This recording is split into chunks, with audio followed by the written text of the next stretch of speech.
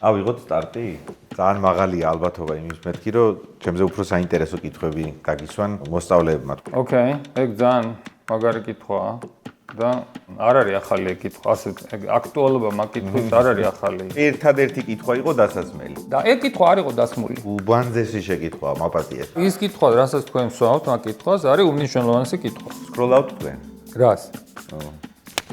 აი იყო? აი მდინარის მიღმაც გაგვიგეს. აქ მეცნიერებას რაიმე წარმოდგენა იმასთან დაკავშირებით, ან სურვილი თუ აქვს საერთოდ, ან ძალა თუ შეწევს, რომ ებრძოლოს ფსევდომეცნიერებას. ფსევდომეცნიერება არის მეცნიერების ყველაზე დიდი მტერი. ტყელი დედამიწის. რაღაც დროს ტყელი დედამიწაა. ხდებით ხო ჩემი დონე რა წადამდე აი რა ყვაკლი. თუ აი უფრო ზოგადად. ანუ ჩვენ ცხოვრობთ უაზესში. ეს უნდა გავიაზროთ რა. ეს ვინმე პოლიტიკურმა იმან არ ამოჭრას ეხა და ეს არ დაწოს. ჩვენ ცხოვრობთ ოაზისში.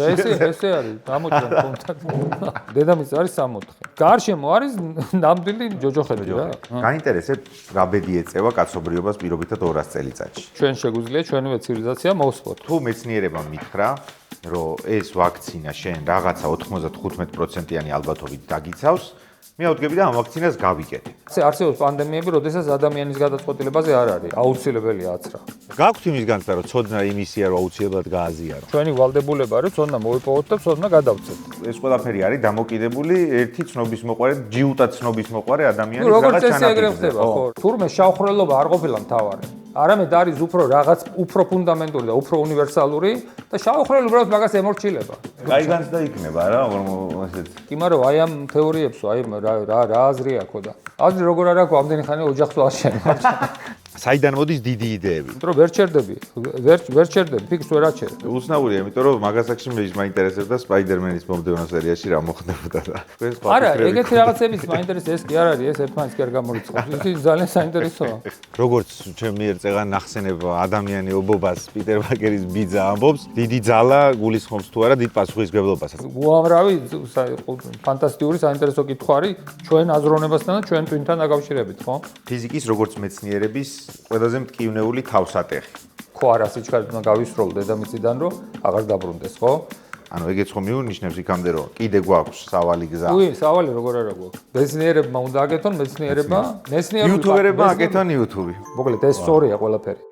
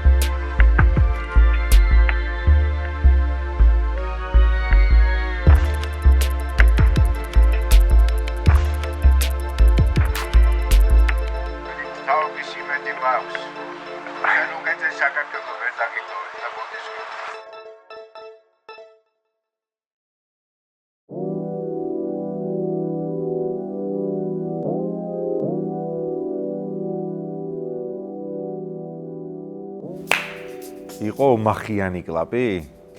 იყო კაიტაში. დრო გვაქვს ცოტა, ხო ეგრეა. ძალიან ვჩქარობთ. გუშინდელი გადაცემა გადადის გარემეხსიერების ბარათებზე. გვეჩქარება დღევანდელი ინტერვიუს დაწყება.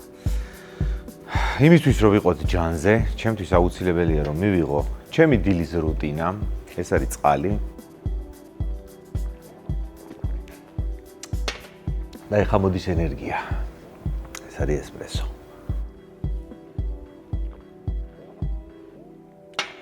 მე მიყვარს შოთებად რაღაცების დალევა. მოკლედ, საინტერესო ინტერვიუ გველოდება დღეს. ჩვენი მთავარი პარტნიორი გახავთ საქართველოს ბანკი. ასევე ჩვენთან ერთად არიან ალტა, PSP და ლავაცა. ორი რუბრიკით არის გორგილაძის აუტანელი სიმსუბუქე ამ სერიაში წარმოდგენილი.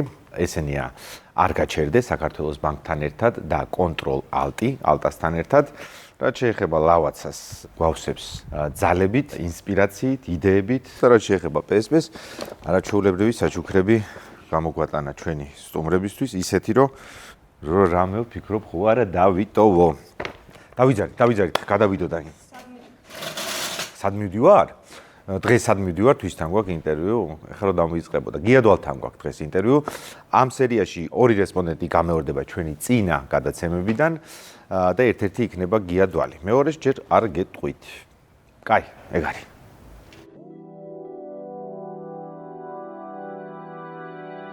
ავიღოთ სტარტი. ბატონ გია, იმან დამაინტერესა. მოსწავლეების კითხვებით რო ჩამოვიდა გადამღები ჯგუფი, რო საუბრობდი. მაშინ შემეპარა ეჭვი გითხარით კიდეს, რომ ძალიან მაღალია ალბათობა იმის მეთქი, რომ ჩემზე უფრო საინტერესო კითხვები დაგისვან მოსწავლეებმა. თქო და აბსოლუტურად გულწრფელი ვიყავი მაგ შეფასებაში და ბევრი მიზეზი მაქვს მაგის გამო, რომ ეგრე ვიფიქრო. მოგცათ რამე ინფორმაცია იმ კითხვებმა, რომლებიც გამოგიგზავნეს მოსწავლეებმა? რა დონეზეა ვერ გეტყვით, მაგრამ როგორ გაგრძელდება ფიზიკის მომავალი საქართველოში? ანუ ამ კითხვებმა მიგანიშნათ თუ არა დაახლოებით როგორია დონე საქართველოში ფიზიკის სწავლებისა დღეს სკოლებში? არა, ეგ ახლა ნამეტანი იქნება კრიტერიუმი, იმიტომ რომ ახლა ჯერ ერთი კითხვები შეზღუდული რაოდენობით იყო. კითხვები ძალიან კარგი კითხვები იყო. ანუ მაგრამ ის მაინც და მაინც ესე ვიწრო ფიზიკას არ შეეხებოდა, უფრო ესეთი ზოგადი ისენიც იყო კითხვები და ხო, ნუ იმ კითხვებიდან რაც ჩანს, რომ ძალიან დაინტერესებულები არიან ახალგაზრდები და მთავარი არის ინტერესი და ახლა ერთ კონკრეტულ ქვეყანაში მეცნიერების და განათლების მომავალი სამწუხაროდ არ არის მარტო ინტერესზე დამოკიდებული. იმას კიდევ ბევრი კომპონენტი აქვს და ის თუ აურიე, ცუდად წავა. ნუ ახლა საქართველოში ამას დიდი ისტორია აქვს განათლების, ასე ვთქვათ. ჭირო არამს. ჭირო არამს კი. ხო და ნუ რა ვიცი, ახლა ესეთი ჯერჯერობით საქართველოში ვერ მოხერხდა ესეთი რაღაცნაირი ელემენტარული პრინციპები რო იყოს, აი, რასაც ჩვენ დღეს ვეძახით. ნუ ახლა ეს დასავლური გაცვდა, მაგრამ აი, ნუ უნივერსიტეტები და საგანმანათლებლო სისტემა, რომელიც ფუნქციონირებს რა. იმისი ამოსავალი პრინციპები რო იყოს, ისიც კი არ არის. ელემენტარულს, ხო? არა, ხო არის რაღაცა საბაზისო პრინციპები, ხო არის. ხო და ის ვერ მოხდა იმის ასე ვთქვათ რაღაცნაირად გაკეთება. არა, გასაგებია, ეს მესმის რომ ეს არ არის მარტივი, რთულია, რა თქმა უნდა, გადაჯაჭვული ეკონომიკურ მდგომარეობასთან, გადაჯაჭვულია იმასთან, რომ არც ერთ მთავრობას არ უნდა რომ რაღაცა ვითომ არაპოპულარული ნაბიჯები გადადგას, მაგრამ ნუ გავიდა ხამასობაში რა და ჩვენ ახალგაზრდობა.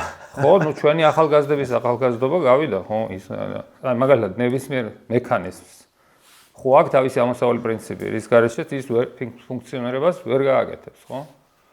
და ნუ მაგალითად მანქანა ხო ვიცით რომ მანქანას ჭირდება ბორბლები მაგალითად, ხო? ურემსაც, ნუ არა აქვს მნიშვნელობა ნებისმიერ ესეთ სატრანსპორტო საშუალებას აუცილებელი კომპონენტი არის ბორბლები, ხო? და ნუ ახლა იმას ვერ გავუკეთებ ოთხკუთხედ ბორბლებს.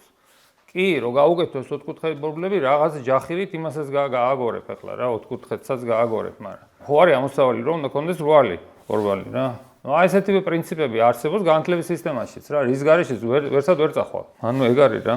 და ის პრინციპები თუ არ დანერგე, მე იმაზე ზედნაშენს ვერ გააკეთებ რა. ხო და ნუ ახლა ამიტომ ხო აი რახან ბავშვებს შევეხეთ და მოსწავლეებს და არა ეს არ ეხება ამ კითხვების არა კონკრეტული ბავშვები იყვნენ რომლებიც ფანტასტიკური კითხვები დასრულდა მეორე ნაწილი ეხება განათლების მომავალს ხო საქართველოში ეხლა უცებ გამახსენდა რახან მოსწავლეები ვახსენეთ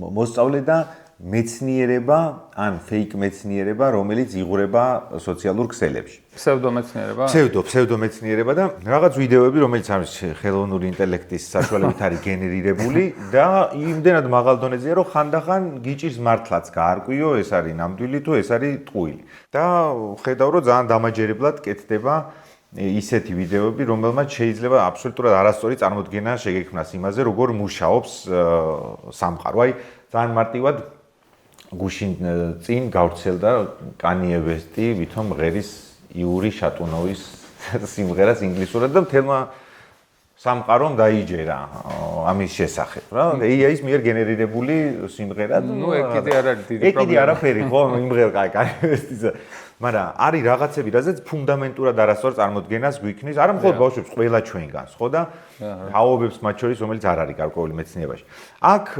მეცნიერებას რაიმე წარმოდგენა იმასთან დაკავშირებით ან სურვილი თუ აქვს საერთოდ ან ძალა თუ შეწევს, რომ ებრძოლოს ფსევდომეცნიერებას.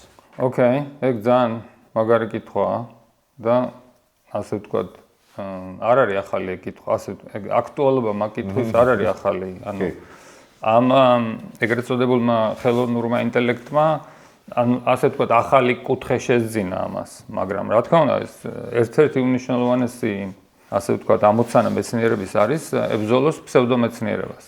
და ფსევდომეცნიერება გაცილებით უფრო საშიშია, ვიდრე უცოდინრობა. არა, რა თქმა უნდა, მაგრამ უცოდინრობას რა უჭირს ადამიანმა არ იცის და მორჩა მე რა ჩვენც ბევრი უამრავ ადამიანმა ბევრი რამე არ იცის, ხო? ფსევდომეცნიერება არის მეცნიერების ყველაზე დიდი მტერი, მაგრამ იმასაც შრეები აქვს, ეხლა როგორ არის? მთელი სპექტრი აქვს, ხო გესმის არა და ესე იგი, აქეთკენ არის ფსევდომეცნიერება, რომელიც მეცნიერებაში შეიძლება შეღწეული იყოს.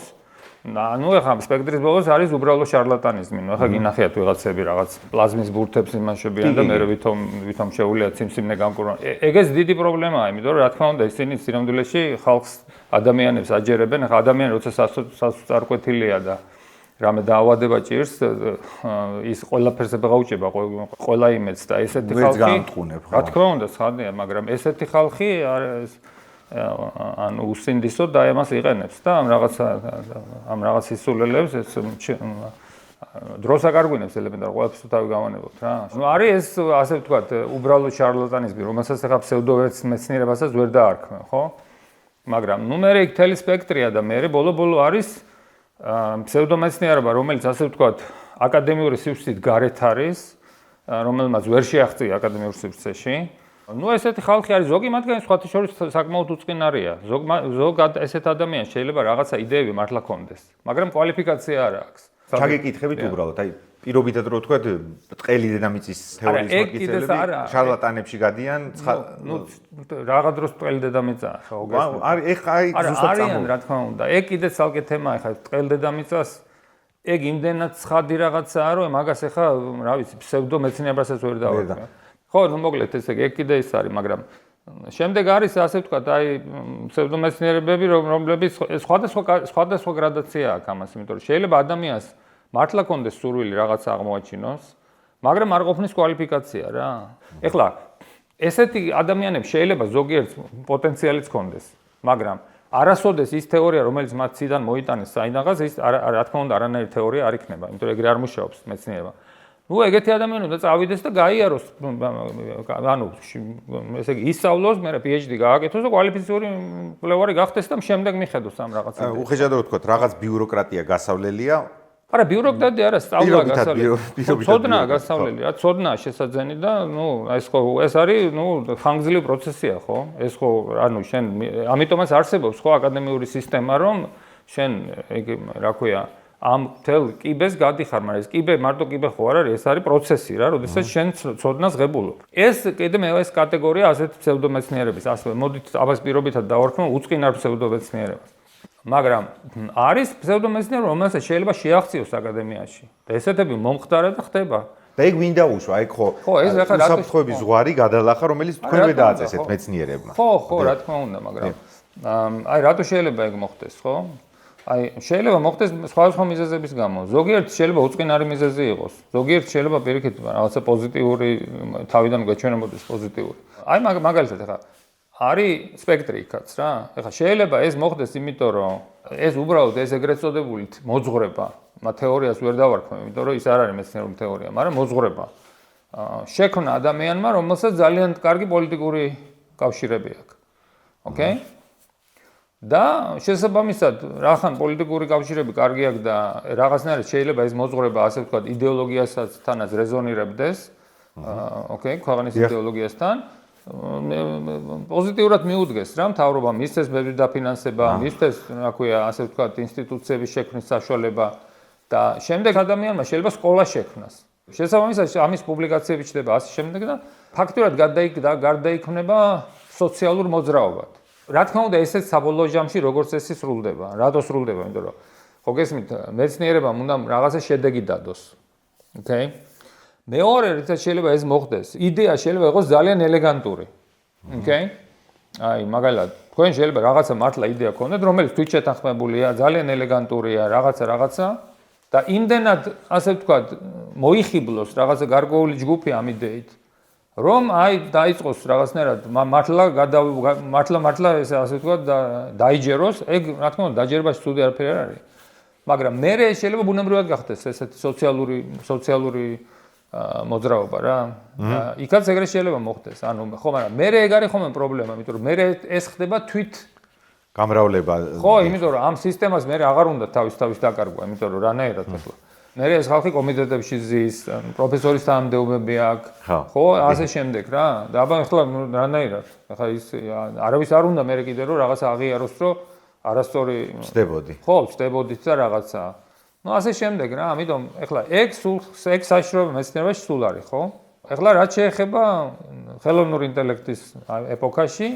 და აი ხელოვნური ინტელექტამ დეც იმიტომ რომ ახლა როგორ არის ამ YouTube-მა და აი მაგალითად ამ არხებმა საშუალება მისცა ხალხს რომელიც თქვა დაუშვათ აკადემიაში არ არის დაკავებული მაგრამ თulis რომ რაღაცა მოძღვრება კან თეორია კან უბრალოდ აზროვნებს რაღაცნაირად ხო რო რაღაცა დამოუკიდებელი აუდიტორია მოიპოვოს რა თქვა თქვენ თუ გინდათ რომ არხი გქონდეთ ხო მაგალითად თქვენ შეგიძლიათ ნებისმიერი კითხვა ამ AI-ს დაუსვათ ის რაღაცას გიპასუხებთ და კონტენტია ხო და შეგიძლიათ ეს პირდაპირ ტრანსლირება გააკეთოთ და ანუ მაგალითად თქვენ შეგიძლიათ ელაპარაკოთ ფიზიკის ისეთ საკითხებზე რომელიც საერთოდ არ გესმით მაგრამ მე რა თქვენი AI-ს ეკითხებით მან ეხლა სად ვიჭედებით სად რთულდება თქვენი საქმე ჩემი აზრით და ამაზე მინდა რომ გკითხოთ მეცნიერი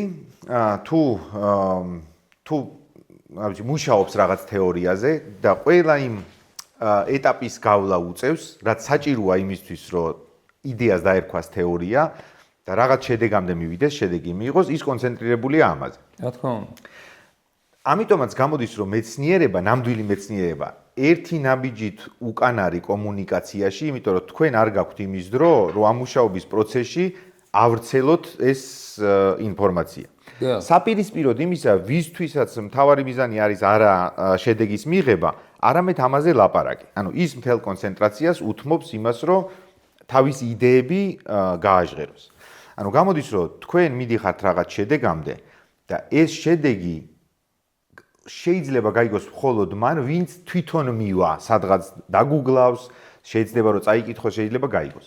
განსხვავებით იმ ნაწილისგან, რომელიც აქეთ ღრის ამ ინფორმაციას სოციალურ ქსელებში. გამოდის, რომ მეცნიერებას უწევს, რომ ერთი ხელით იხმალაოს ჭეშმარიტების, ეგრეთ წოდებული ჭეშმარიტების როგორც არის დასადგენად, მეორე ხელით ეხმალაოს ფსევდომეცნიერებას. ხო არ ნიშნავს ეს იმას, რომ ჩანასახშივე დამარცხებაა ნამდვილი მეცნიერების მასობრივად. გავყოთ ეს ისტორია AI-მდე და მანამდე რა. ანუ ეს პრობლემა ყოველთვის დგას. და ყოველთვის იდგა. განსაკუთრებით ამ ინტერნეტის შემდეგ, იმიტომ რომ გასაგებია რომ ეს იდეები ესე იგი ხალხი ამას პროპაგირებს ამ იდეებს, ხო? და ნუ ესე იგი ასე ვთქვათ, ხდება ამ იდეებით გადატვირთვა რა, ინფორმაციული ველი არის გადატვირთული, ხო? ეხლა დაცვა რა არის მაგალითად? დაცვა ის არის, რომ მაინც მეცნიერული აკადემიური ეხლა თუ ვილაპარაკობთ იმაზე, რომელმაც ვერ შეაღწია აკადემიური ვერ შეაღწია, დიახ. ეგ შედარებით ნაკლები პრობლემა იყო ყოველთვის. ეხლა სამ AI-მდე იმიტომ რომ ნუ არ ქონდა მაგას არ ქონდა ასე ვთქვათ აკადემიური საზოგადოების კურთხევა ხო ანუ validation ხო და იმასთან ზოლა რაც ასე ვთქვათ იმაში აღწევს აკადემიურ სივრცეში ასე მაგრამ მაინც ბოლო ხო ამოსავალი ის არის რომ მეცნიერება უნდა დადოს შედეგი ეხლა თქვენ რაც არ უნდა იძახოთ რომ მაგალითად შეიძლება მოგვიდეთ თქვათ რომ აი თქვენ გაქვთ გენიალური იდეები როგორ უნდა გააკეთოთ კვანტური კომპიუტერი ხო მაგრამ ნუ კი თქვენ შეიძლება მიიღოთ ამით ბენეფიტი არ არის პრობლემა შეიძლება დაფინანსება მიიღოს შეიძლება დაგიჯერონ სააგენტოებმა დაფინანსებაც მიიღოთ შესაბამისად თქვენ კი რაღაცა სარგებელს ნახავთ მაგრამ საბოლოო ჯამში ხო შედეგი უნდა დაიდოს თქვენ თუ არა თქვენმა მოწაფეებმა მაინც ხო უნდა დადოს ეს შედეგი არა და ნუ საბოლოო ჯამში ვიღაცა კითხავთ რომ სად არის ეს კვანტური კომპიუტერია რო გვფრდებოდი ხო ხო ნუ ამიტომ მეგარი რა თქმა უნდა ხა AI-ის ეპოქაში ეს ასე ვთქვათ ეს ნაკადი ამ ინფორმაციული ნაკადი ექსპონენციურად დიდია და შესაბამისად რა თქმა უნდა გამოწვევებიც არის ხო ანუ მაგრამ ნუ კიდევ ვიზახი, ანუ მან რა არის გამოსავალი არის ერთადერთი რომ მეცნიერებმა უნდა აკეთონ მეცნიერება YouTuber-ებმა აკეთონ YouTube-ი. არა, YouTuber-მა აკეთონ მეცნიერება. მე არც ეს ვარიანტი არა ვარ არანაირი ცენზურის მომხრე. მაგრამ მეცნიერებმა რომლებიც აი კვლევას ეწევიან, ის უნდა აკეთონ მეცნიერული სტანდარტებით, რა. ანუ და სხვას ვერაფერს ვერ გავაკეთებ. აი მე რატო დავიწყე ეს კითხვა. მე მადარდებს საკუთარი თავის ბედი. მე ვარ ადამიანი, ვისაც სჯერა მეცნიერების და სჯერა, ასე ვთქვათ, უსიტყვოდ, რაღაც პრიმიტიული ცოდნის მერე. მაგალითად, თუ მეცნიერებმა მითხრა, რომ ეს ვაქცინა შენ რაღაცა 95%-იანი ალბათობით დაგიცავს, მე ავდგები და ამ ვაქცინას გავიკეთებ. განა იმიტომ რომ მე ვიცი ზუსტად რა ცილით არის დამზადებული თუ რაღაც მითხრა მეცნიერებმა და მე ამას გავიკეთებ, იმიტომ რომ უფრო მჯერა. მაგრამ ვიღაცამ რომ მკითხოს მე რომ აი რატო გჯერა მითხარი ზუსტად ამიხსენი. აღმოჩინე რომ რაღაც ფუნდამენტურ რაღაცებსაც კი ვერ ავუხსნი. აი მაგალითად რომ შემომედაოს ვიღაცა რომ დედამიწა მრგვალია და რატო არის მრგვალი და მე ვეტყვი რომ არ ვიცი აი მეცნიერებმა ესე მითხრა, მე მინახავს კოსმოსიდან გადაღებული ფოტო და ასე შემდეგ რა. მეტყვის რომ რაღაც NASA-ს 200 მილიარდს აძლევენ იმიტომ რომ ეგ მოგატყოს. ის არის სტენლი კუბრიკის გადაღებული.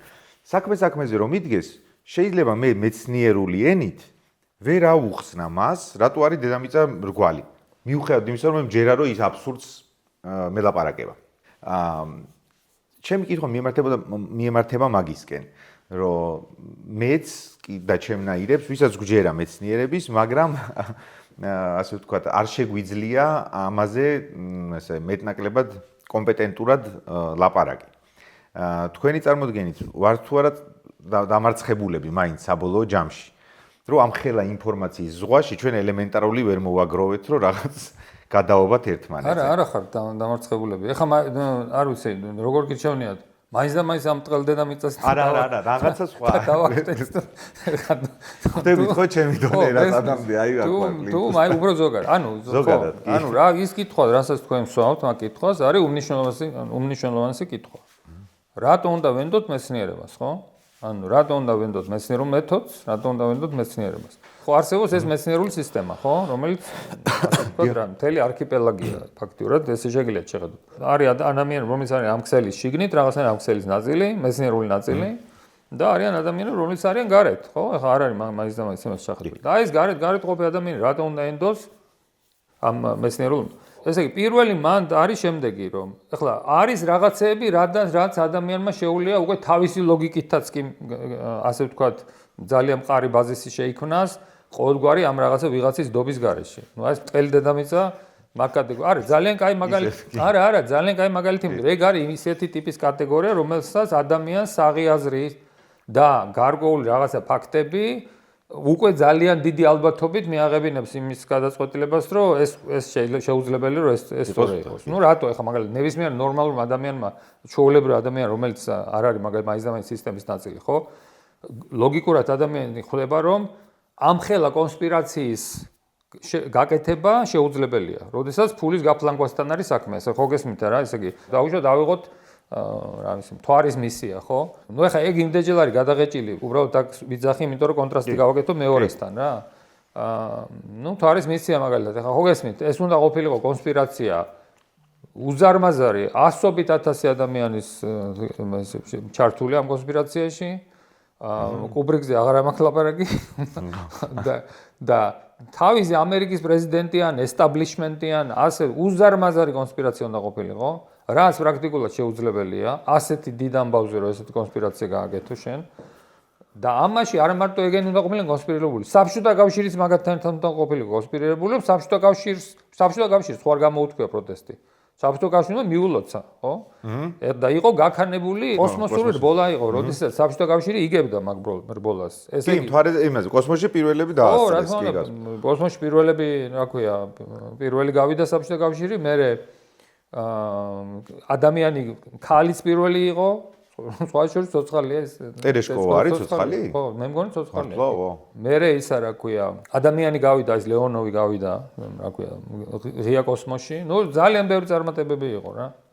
და მე ამისენი წავიდნენ მთვარეზე. მთვარემ შეიტანა გადადეხა. ეხლა ნუ მაგაშიც ეხლა უნდა თქო დაუშვათ თქვენ რომ ესე იგი საბჭოთა კავშირი რომელიც ამ ასეთ ბოლაში იყო და ასეთი პრესტიჟის ამბავი იყო, ნუ ეხლა საბჭოთა კავშირის კონსპირაციაში შევიდა, ნუ ამერიკასთან.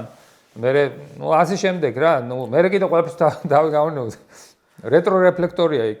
სხვათა შორის ჩემი კვლევისთვის აი წინა რამოდენიმე წლის წინ, 1-20 წლის წინ ძალიან აქტუალური იყო რეტრო რეფლექტორი არის, რომელიც არის მთვარის ზედაპირზე დატოვებული აპოლო 11-ის მისიის მიერ. და 79-ში აპოლო 11 რო დაждდა იმაზე, ხო. ეს რეტრო რეფლექტორი რა არის? ეს არის სარკეების სისტემა. აი ესე რომ წარმოგიდგენთ, აი დაახლოებით ეს ოთახის კუთხე რო იყოს სარკეებით გაკეთებული, ხო? მაშინ მაგას ექნება ესეთი ოპტიკური გეომეტრიის თვისება, რომ ლაზერი რომ მივანათო, უკან აირეკლავს. ანუ ყველა ნებისმიერ კუთხეა მინათებულ ლაზერს აირეკლავს უკან რა. რეტრო თქვენთანვე დაბრუნდება. ხო, პირდაპირ დაბრუნდება, ხო. ესეთი რეტრო რეფლექტორების უჯრედებით არის დაკომპლექტებული ეს სარკე. და ამ სარკეს დედამიწიდან ლაზერს ურტყავენ, რამოდენიმე ობსერვატორიდან ხდება ესა და რა ქვია და მე ეს უკან მოდის და ამით ხდება მთვარის ორბიტის მონიტორირება და მთვარის ორბიტა დღეს ჩვენ ვიცით მილიმეტრის სიზუსტით, წარმოიდგინეთ. ამ რეტრო რეფლექტორის გამო და ხო, ანუ ის იქ რო არის, ეგ მაგაზე 2000 არ არსებობს. ეხლა ნუ შეგვიძლია ვთქვათ, რომ იქ ვიღაცა უცხო პლანეტელებმა დატოვეს, ეგეც შეიძლება თქო, მაგრამ მე პირადად ვიცნობ ადამიანს, ვინც ამ პროექტის ის იყო, რა ქვია, ერთ-ერთი სულის შემქმნელი, ვინც პირადად გაატანა ეს სარკე. არა, ის ფიზიკოსია მკვლევარი. მათ ფიზიკოსებს ეს უნდოდა ზუსტად ფუნდამენტური კვლევისთვის. მართლა რაღაც გაატანეს, ვინმე ხო არ მიდის მთვარეზე, რომ რაღაც გაგატანოთ ამბავი. ზუსტად ეგრე იყო. ზუსტად ეგრე იყო. ეს ასე ვთქვათ, ეს სარკე გაატანეს, რომ და იმათაც სიამოვნებით წაიღეს და დააკომპლექტეს.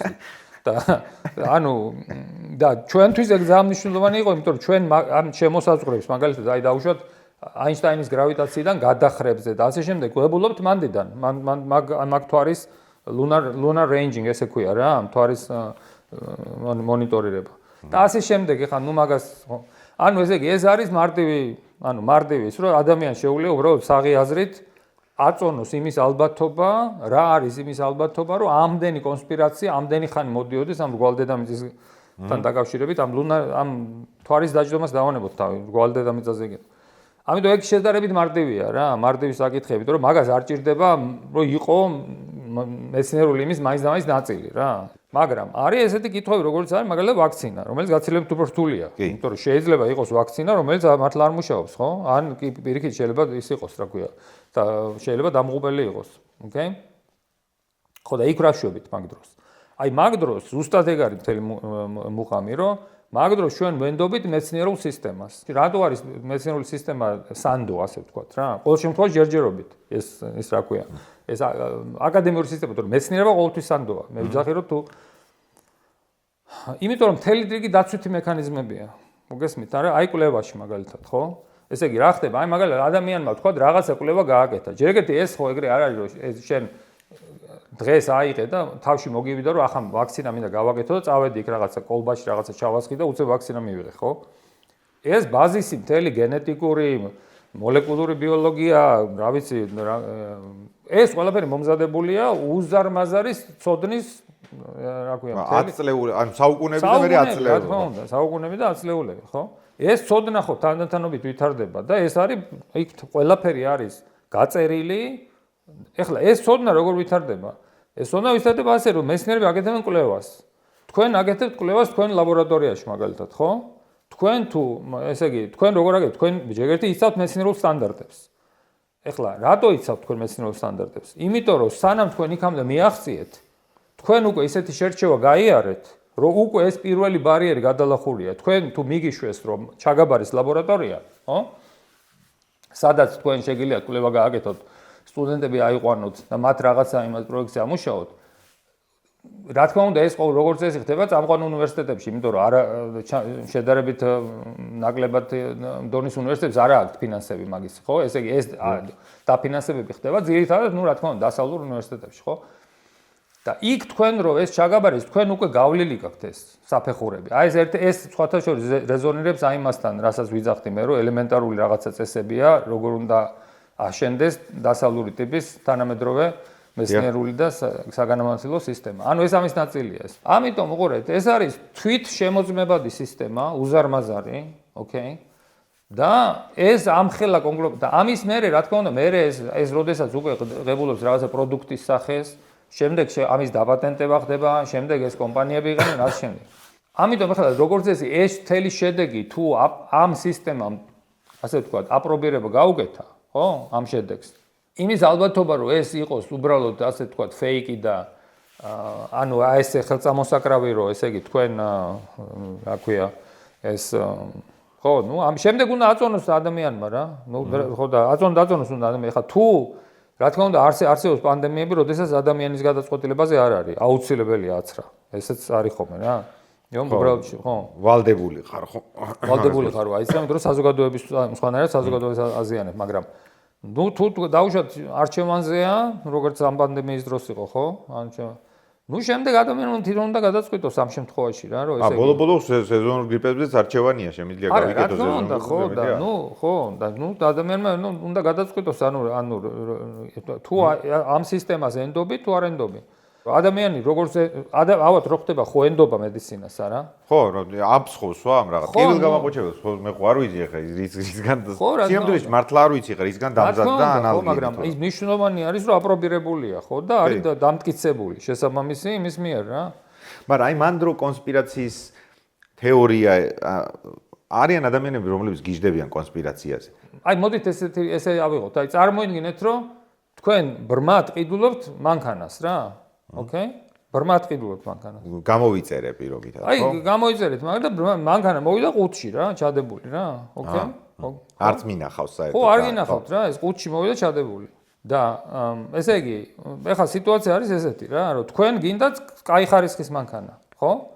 რომელსაც უნდა კონდეს, რა ქვია, მონაცემები რა, კარგი აჩქარება, მანევრირება, ეს ყველა ინგრედიენტი უნდა კონდეს, ხო? ეხლა საერთოდ რომ მანქანა არ გამოგიგზავნონ და ყუთში რაღაცა იყოს, ხო? ეს ამხელა სისტემა მაგას ვერ გააკეთებს. ეს შეუძლებელია. ეს შეიძლება ერთმა კომპანიამ გააკეთოს, კი ბატონო, თუ ის არ არის კომპანია, თუ არ არის აპრობირებული და თუ არ არის, ასე ვთქვათ. გუშინ დაარსებული რაღაცა რომ ის კი ბატონო, მაშინ ახლა ეგრე მილიონი შარლატანია და გეუბნებათ, რომ აი რაღაცა ის უნდა ის დალიეთ და განიკურნებით, ხო? ნუ ეგეთ დონეზე ხო? ის სხვა საქმე, მაგრამ თქვენ თუ ვიზახით, რომ ეს არის სისტემის ნაყოფი, ხო? ხო. კარგი, ეხლა თქვენი სახით რომ არა, მანქანა კი მოვა, მაგრამ შეიძლება ეს სისტემა კონსპირირდა ისე რომ ეს მანქანა მაგალითად არ გაიაროს წესიერად რაღაც 10000 კილომეტრის მერე გაფუჭდა. დაინგრას დაიმდროს და ეს არის არაკომპეტენტურობის შედეგი კი არ არის, კონსპირაციის შედეგი. ეხლა წარმოიდგინეთ, ეს კონსპირაცია რო გააკეთოს, ყველა პატარა დეტალის წარმოებელმა სინქრონულად უნდა შეთანხმდნენ რომ ჩვენ იმ ოპტიმიზაციას კი არ ვაკეთებთ. იმ ოპტიმიზაციისგან ზუსტად ისე უნდა გადაუხვიოთ, რომ მანქანა მაინც არსებობდეს. მაგრამ აი გაიაროს 10000 გაცილებით საიუელი რო საქმეა მოკლედ. რა თქმა უნდა, გაცილებით უფრო რთულია, ვიდრე წესიერი მანქანის გაკეთება, იმიტომ რომ იმის პროტოკოლები ყველაფერი ცნობილია, ხო და ეხლა თქვენ ესე იგი გინდათ რომ ხელოვნურად გააკეთოთ რაღაცა რაც დეკონსტრუქცია რაღაცა. ხო, ნუ რაღაცა, ეგ კიდევ უფრო რთულია, ხო გესმით? და პლუს ამაში უნდა იყოს კონსპირაციის ჩართული ასებით 1000-ები. ნუ ეხლა ნუ რა ვიცი. კი ბატონო, ადამიანს ხო, ჩვენ ესე იგი ამ ინფორმაციას ვაწვდით და ეხლა გადაწყვიტოს თვითონ, რა თქმა უნდა, ხო? მე იმას კი არ ვიცი, კონსპირაციები არ ხდება. ხო.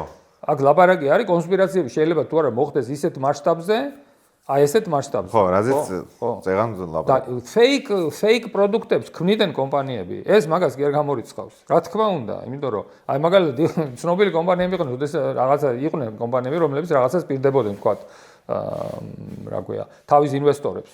რაღაც სასწაულს. კი მე მეცნიერები იზახნენ, რომ ეს რაღაც არასწორი სიძახის ეს ხალხი, იმიტომ რომ ეგეთ რამე ვერ გაკეთდება. ნუ რა თქმა უნდა, მე რაღაცა 5 წელიწადში თუ 10 წელიწადში ის ხალხი ციხეში წავიდა.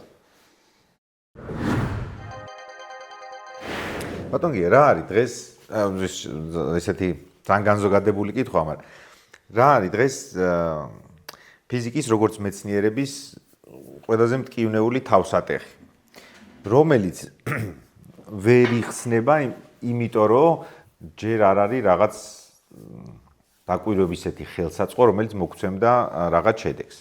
აი, რა მოხსნა ამ მომენტისთვის ფიზიკა? მისეთი რა ძალიან უნდა, მაგრამ აი ვერ მიდის. ანუ ჩემი პასუხია, რა თქმა უნდა, ის არის, რაზეც მე ვმუშაობ, იმიტომ რომ ხანარად არ ვიმუშავებდი იმაზე. ანუ ფუნდამენტურ ფიზიკაში, რა თქმა უნდა, მე იმაზე ვმუშაობ, რაც ვთვლი, რომ ყველაზე საინტერესო და ყველაზე აქტუალურია. რო გითხრათ, რომ მტკივნეული არ არის, ფანტასტიკურად მიდის. ანუ ვაკეთებთ პროგრესს რა. ანუ რაღაცნაირად სულ ახალ იმებს ვაკეთებთ, ასე ვთქვათ რა. ნუ ნაბიჯ მივიწევთ წინ და ვხედავთ, რომ სურათ ძალიან უაღრესად საინტერესოა. სხვა შორის იმასაც ვხედავთ, რომ გარკვეული წილად ჩვენ ვწდებოდით დიდი ხნის განმავლობაში, 50 დაახლოებით 40 წლის 50 წლის განმავლობაში, არასწორ ან ისეთი ასაღიარებელია რა, რომ 50 წელი ვწდებოდით. ნუ მე 50 წლის წინ არ იმაშვებოდი, მაგრამ ხო 50 წლის წინიდან ინერციით მოდიოდა ხო ეს ისინი. ნუ ეხლა არასწორი ცოდნა რომ რაღაც არასწორ ცოდნას დაეყრდნო მიმართულება და ხო, ნუ მანდ საინტერესო არის შემიძლია კონკრეტიკაში გადავიდეთ. კი, აი ჩვენს ისე ჩვენ გავიგოთ აგვიხსნა. ფუნდამენტური ფიზიკისთვის ერთ-ერთი ყველაზე საინტერესო ობიექტები, გრავიტაციის ასევე ფუნდამენტური ფიზიკისთვის არიან შავი ხვრელები. ოკეი? ამაზე გვილაპარაკია, მაგრამ კიდე კარგი იქნება, კი. ამაზე გვილაპარაკია, ხო. ნუ შავი ხვრელები არის ყველაზე კომპაქტური ობიექტი, ასე იგი შესაბამისად, ამიტომ ყველაზე კომპაქტური შემნახავია ინფორმაციისაც. და მოკლედ ამ შავ ხვრელს აქვს ესეთი თვისება, რომ ხო, ეხლა რა ხდება? ნუ ესეთი ობიექტია, თუ გარკვეული ნებისმიერ ობიექტს აქვს ასეთი ეგრეთ წოდებული გრავიტაციული რადიუსი, შვარცშილდის რადიუსი. იქამდე თუ შეკუმშავთ ამ მასას, შემდეგ ხდება შავი ხვრელი. ანუ ეს უხეშად რო ვთქვა, ეს შეგიძლიათ გაიგოთ, რომ გრავიტაციული ველი ზედაპირზე ხდება იმდენად ძლიერი, რომ სინათლესაც არ შეუძლია გამოხდება. ანუ ხო არის კოსმოსური სიჩქარეები, რომ აი ქოარა სიჩქარე უნდა გავისროლო დედამიწიდან, რომ აღარ დაბრუნდეს, ხო? ორბიტაზე გავიდეს და საერთოდ 11 კილომეტრი/წამში და რაღაც ეგეთები, ხო?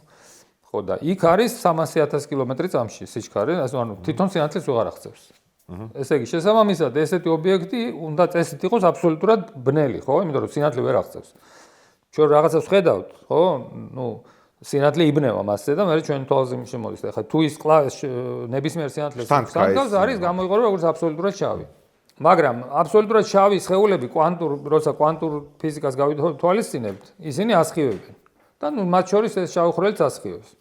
შავი ხვრელის შემთხვევაში ეს გამოსხივება და პირველად ასე ვთქვათ დაითვალა ჰოკინგმა და ნუ მოკლედ ესეთი სიტუაცია რომ ეს შავი ხვრელი ასე ვთქვათ კვანტურ ფიზიკას რო გავითვალისწინებთ, ხდება მისი გამოსხივება, იქიდან ასხივებს და ორს ხდება, ასე. ნუ ესეთი სპექტრი აქვს ტემპერატურული, თითქოს ტემპერატურაა რა. ეხლა მან სიტუაცია რა იყო, რომ ეს დათვლა ჰოკინგმა გააკეთა, საერთოდ ფიზიკაში ესეა, ზუსტად რაღაცების დათვლა პრაქტიკულად შეუძლებელია. ყოველთვის ჩვენ ვითვლით რაღაცებს მიახლოებით, ოკეი? რა თქმა უნდა, მიახლოება შეიძლება ფანტასტიკური იყოს, რაღაცა იმამდე რა ქვია, დეციმილ ადგილამდე, მაგრამ ნუ, ხო, მაინც მიახლოება ხდება ყოველთვის, რა. და როდესაც, ეხლა, ნუ აი მაგალითად სიტყვაზე, ეხლა ამ დღევანდელი პროცესისთვის, ხო, აი იმისთვის, რომ ჩვენ ეს მაგიდა გქონდეს აქ და ზედ რაღაცები იდოს,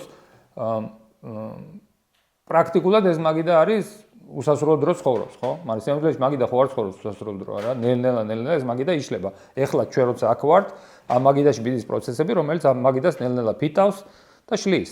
მაგრამ ეს დრო იმდენად გრძელია, რომ ჩვენთვის ამას არ აქვს მნიშვნელობა. ამიტომ ჩვენ შეგვიძლია ამ მომენტისთვის უსასრულოა. ხო, ამიტომ ჩვენ შეგვიძლია ვთქვათ, რომ ეს მაგიდა არის უბრალოდ სტაბილური. მაგრამ ეს რა თქმა უნდა არის მიახლოება, ოკეი? აი მაგალითად ახლა თქვენ თუ გინდათ რომ დაითვალოთ აი რა ეფექტი ექნება რაღაცა გარკვეულ კვანტურ ფლუქტუაციებს ამ მაგიდაზე, ხო? ნუ შესაბამისად შეგიძლიათ ეს დაითვალოთ. რა თქმა უნდა შეგიძლიათ დაითვალოთ მიახლოებით. ზუსტად ამას ვერ დაითვლით, ხო? ძალიან კარგი მიახლოებით შეგიძლიათ დაითვალოთ. მაგრამ ფიზიკაში ჩვენ ესეთი ის გვაქვს ხოლმე, ასე ვთქვათ. მეთოდი რა, ტრიკ რა, ტრუკი ასე ვთქვათ რა, რომ ხრიკი, ხო. ხრიკი ვაკეთებთ ხოლმე ესე რომ რაღაც ამოცანა გაქვთ დაუშვათ რა, გინდათ ეს ამოცანა და ამ ამოცანის ამოხსნა, ხო? არსებობს რაღაცა თქვენ ამ ამოცანას გადააკეთებთ ისე, რომ იდეალიზირებას უკეთებთ რა, ოკეი? რაღაცა პარამეტრებს აი ისეთ მნიშვნელობას მისცემთ, როდესაც ეს ამოცანა ზუსტად იხსნება. და მე თუ იქ ზუსტად იხსნება, მე იტყვით რომ ოკეი, ეხლა დავაბრუნებ იმ პარამეტრებს და ესე იგი, ნამდვილი ესე იგი მოქმედება იქნება რაღაცა შესწორება, აი ზუსტი ამონახსნეს, ოკეი? და ხოგინმაც ეგრე დაითვალა ეს შავი ხვრელის აორთქლება. და აიღო ლიმიტი, ასე მაგას ლიმიტს უძახით ჩვენ. ანუ იდეალიზირებული შავი ხვრელი აიღო, რომელსაც ეკნებოდა უსასრულო მასა, გრავიტაციული კონსტანტა ნულში წაიღო და მოკლედ ესეთი მარადიული შავი ხვრელისთვის დაითვალა და მარადიული შავი ხვრელისთვის ამას აქვს თერმული სპექტრი, რა, ტემპერატურული განაწილება. ეხლა მთელი მუღამი არის რომ კი ბატონო, მაგრამ მარადიული შავი ხვრელები არ არსებობს. ნებისმიერ შავ ხვრელს აქვს სასრული მასა, ნიუტონის კონსტანტაც სასრულია. შესაბამისად, მას უნდა ქონდეს შესწორებები. რა არის ეს შესწორება? ხო და ცირკი მანდ ის იყო, აი, მართლა საინტერესო მომენტია, იმიტომ რომ ანუ ხაფანგია რა. ხაფანგებში საერთოდ ძალიან მნიშვნელოვანი მეცნიერი არ ჩავარდეს ხაფანგში. ხაფანგი რა არის? რომ შეიძლება რაღაცა ის იმდენად ცხადი ჩანდეს და იმდენად ბუნებრივი, რომ თქვა რომ რა თქმა უნდა ესე უნდა იყოს და აღარ ჩაუღრმავდე. აი, მასეთ ხაფანგში ჩავარდით, მთელი ჩვენი საზოგადოება, აი 50 წლის წინ თუ როცა იყო. ხაფანგი რა არის?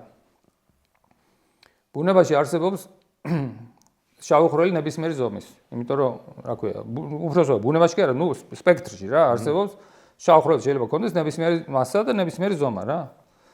ესე იგი შეიძლება იყოს ოდნავ სუბუქი შავი ხვრელი არსებობდეს, ოდნავ პატარა. ოკეი? ეხლა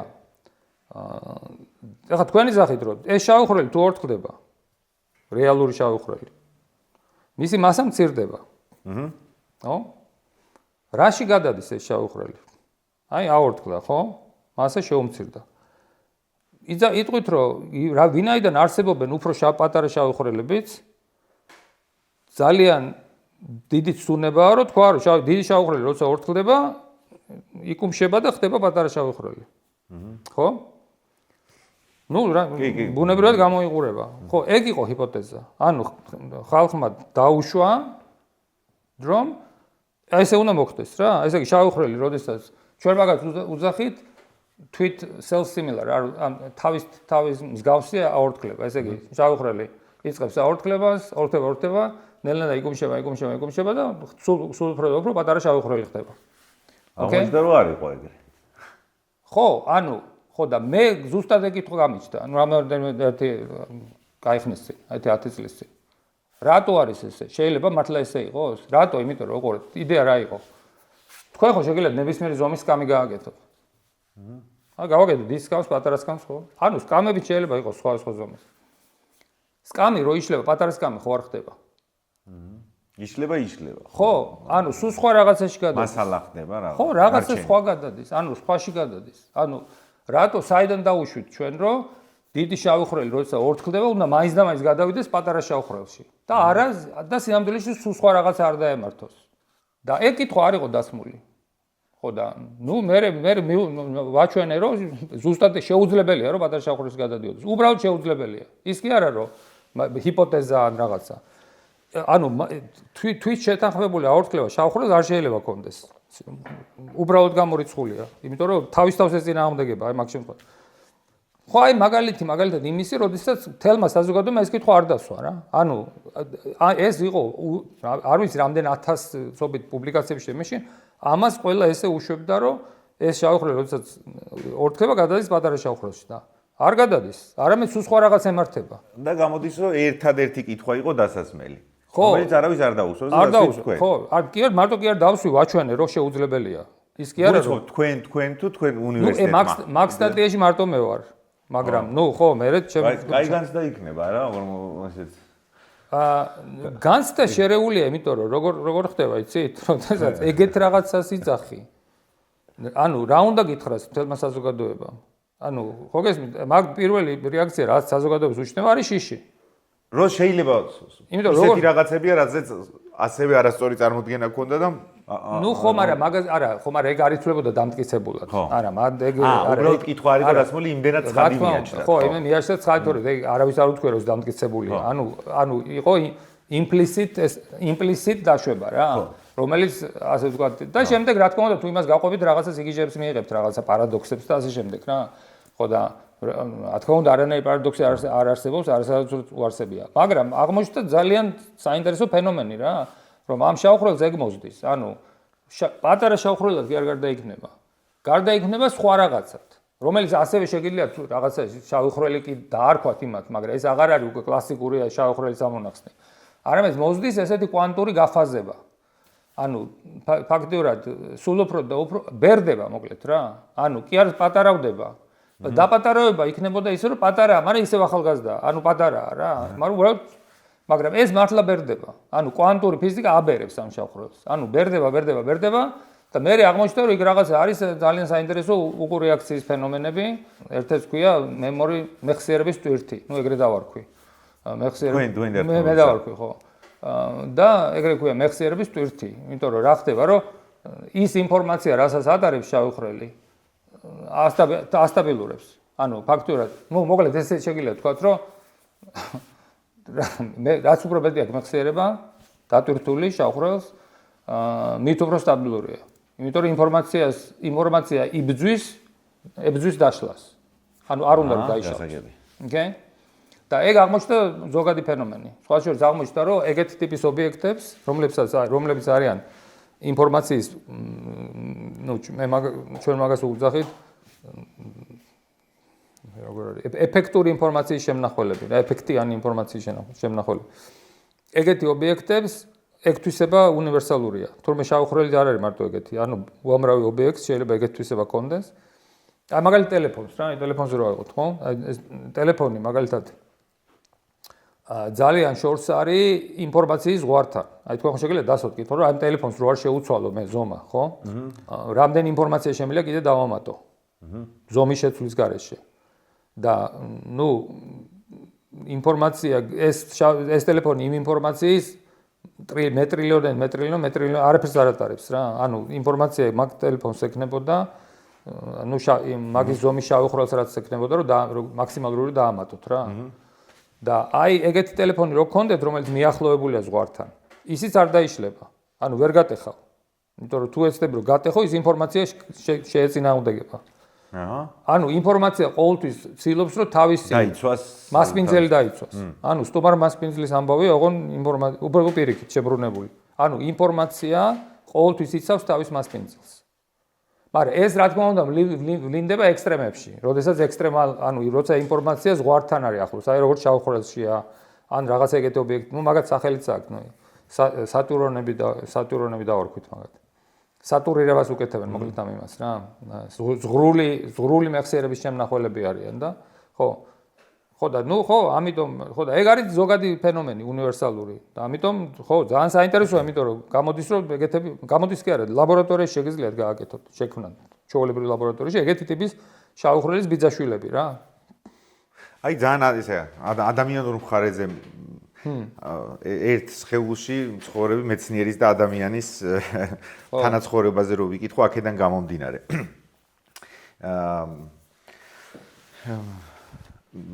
აი ამ ამბის მერე დაახლოებით 10 წლის მერე. დაახლოებით თუ შეგიძლიათ რომ აღწეროთ განცდა რას ნიშნავს, როცა ხვდებით რომ დიდი ხნის განმავლობაში რაღაც კითხვა არ იყო დასმული, დასვით თქვენ და აქედან დაიძრა რაღაც ახალი მიმართულება, რამაც შეიძლება რომ თქვენ და გარშემოყოფებს და სამყაროს მისცეს ისეთი ინფორმაცია, რომელიც ხელსაყრელი იქნება მისი სამომავლო განვითარებისთვის. ხანდახან ვფიქრობ ხოლმე, რომ არ ვიცი, ნიუტონი, მესმის რომ ნიუტონზეც ვაშლი ჩამოვარდნა სისულელია, მაგრამ თვითონ ამბავი ლამაზია თუ კარგად ხსნის ეხლა და მართლა იღეს კარგად სწორად ხსნის და იყოს რატომაც არა. ან რაღაც როცა აინშტაინზე ამბობენ რომ ერთხელ ფარდობითობის თეორია ისი ახსნა რომ სამი ღერითმა თავზე და სამი ღერითმა სუბში სხვა და მოკლედ რა მნიშვნელობა აქვს, მაგრამ თუ გამოხატავს იარსებოს რატომაც არა. და თან ვფიქრობ ხოლმე რომ ნიუტონმა რაღაცას უსმენდი და ერთ ფიზიკოს კითხეს რომ ყველაზე დიდი ტიპიო მეცნიერებაში ვინ არისო და ეს პასუხობს რომ არც კი დაუფიქრდებიო რა თქმა უნდა ნიუტონიო, იმიტომ რომ ესქნაო რაღაცა კითხეს არ იცოდაო და იმისთვის რომ პასუხა უთხრა რომ დაუბრუნდებიო, წავიდაო ეს გააკეთა ეს, მივიდა უპასუხაო და მე გახდა 26 წლისო. და მართლა რაღაცა ტიტანურ გონებასთან გვაქვს პასუხი. ხო და მე მაინტერესებს რა შეიძლება განიცადოს მეცნიერება მაშინ, როცა ხვდება რომ ძალიან მნიშვნელოვანი და აქამდე არ დასმული კითხვა დასვა და ამაზე პასუხისკენ სვლაში და მიზნამდე მისვლით შეიძლება რაღაც მნიშვნელოვანი გაკეთდეს სამყაროსთვის. მე ძირითადად მადარდებს გაგება. ჩემთვის თავარია რომ მე გავიგო როგორ მუშაობენ რაღაც ცნობის მოყარეობაა თქვენი მამოძრავებელი ცნობის მოყარეობა. ეგ ყველას მამოძრავებელი ეგ არის. ეგ მეცნიერის თავარი მამოძრავებელი განსაკუთრებით ფუნდამენტურ მეცნიერებაში, გამოყენებითი კიდე სხვა მომენტია ხა, იმიტომ რომ ის მაინც გადაგაკეთე იმაზე, რა ქვია. მაგრამ ფუნდამენტურ მეცნიერებაში თავარი არის მეცნიერული ცნობის მოყარეობა. თქვენ რომ დაიკმაყოფილოთ, რომ ეს მაინტერესებს და რა ხდება. ეგ გამოძრავებს, ხო, მეცნიერული ერთად მამოძრავებელი ძალა არის ეგა, მეცნიერული ცნობის მოყარეობა. პარალელურად კი შეიძლება რაღაცა სხვა мотиваციაც გქონდეს ადამიანს, რა თქმა უნდა, ხა, არა, ჯერ ეგეთი გასაგებია ხო, ეხლა ანეკდოტის იყო რაღაცაზე რომ იზავდა რომ აი ეს რაღაცას აკეთებდა თეორიას, აღარ მახსოვს ვინ იყო და რაღაც თეორიას ეუნებდა. კი, მაგრამ აი ამ თეორიებსო, აი რა აზრი აქვს და აზრი როგორ არ აქვს, ამდენი ხანი ოჯახს ვაშენ, მარჯანა. არა, ვალალი პაზულკია და სწორია. იხუმრა, რა თქმა უნდა, დიდი აზრიც ჰქონდა და ყველაფერი, მაგრამ ხო, რა თქმა უნდა, სხვა мотиваციები არსებობს, მაგრამ მეცნიერების თავარი მამოძრავებელი არის მეცნიერული ცნობის მოყარეობა. ხო და და განსაკუთრებით ეგ გამოკვეთილია ფუნდამენტურ ფიზიკაში, იმიტომ რომ ხა ჩემთვის თავარია გავიგო როგორ მექანიზმი, როგორ მუშაობენ რა და მე მაგალითად როგორ ინახავს შავი ხვრელი ინფორმაციას. მაგრამ ამისათვის იყო ეგ კითხვა საჭირო, რომ დამესვა. იმიტომ რომ მაგ კითხვის დასმის გარეშე მაგას იქ ვერ მივიდოდით. სამი რაღაცნაირი მიდგომა რა თუ ორი ძირითადად.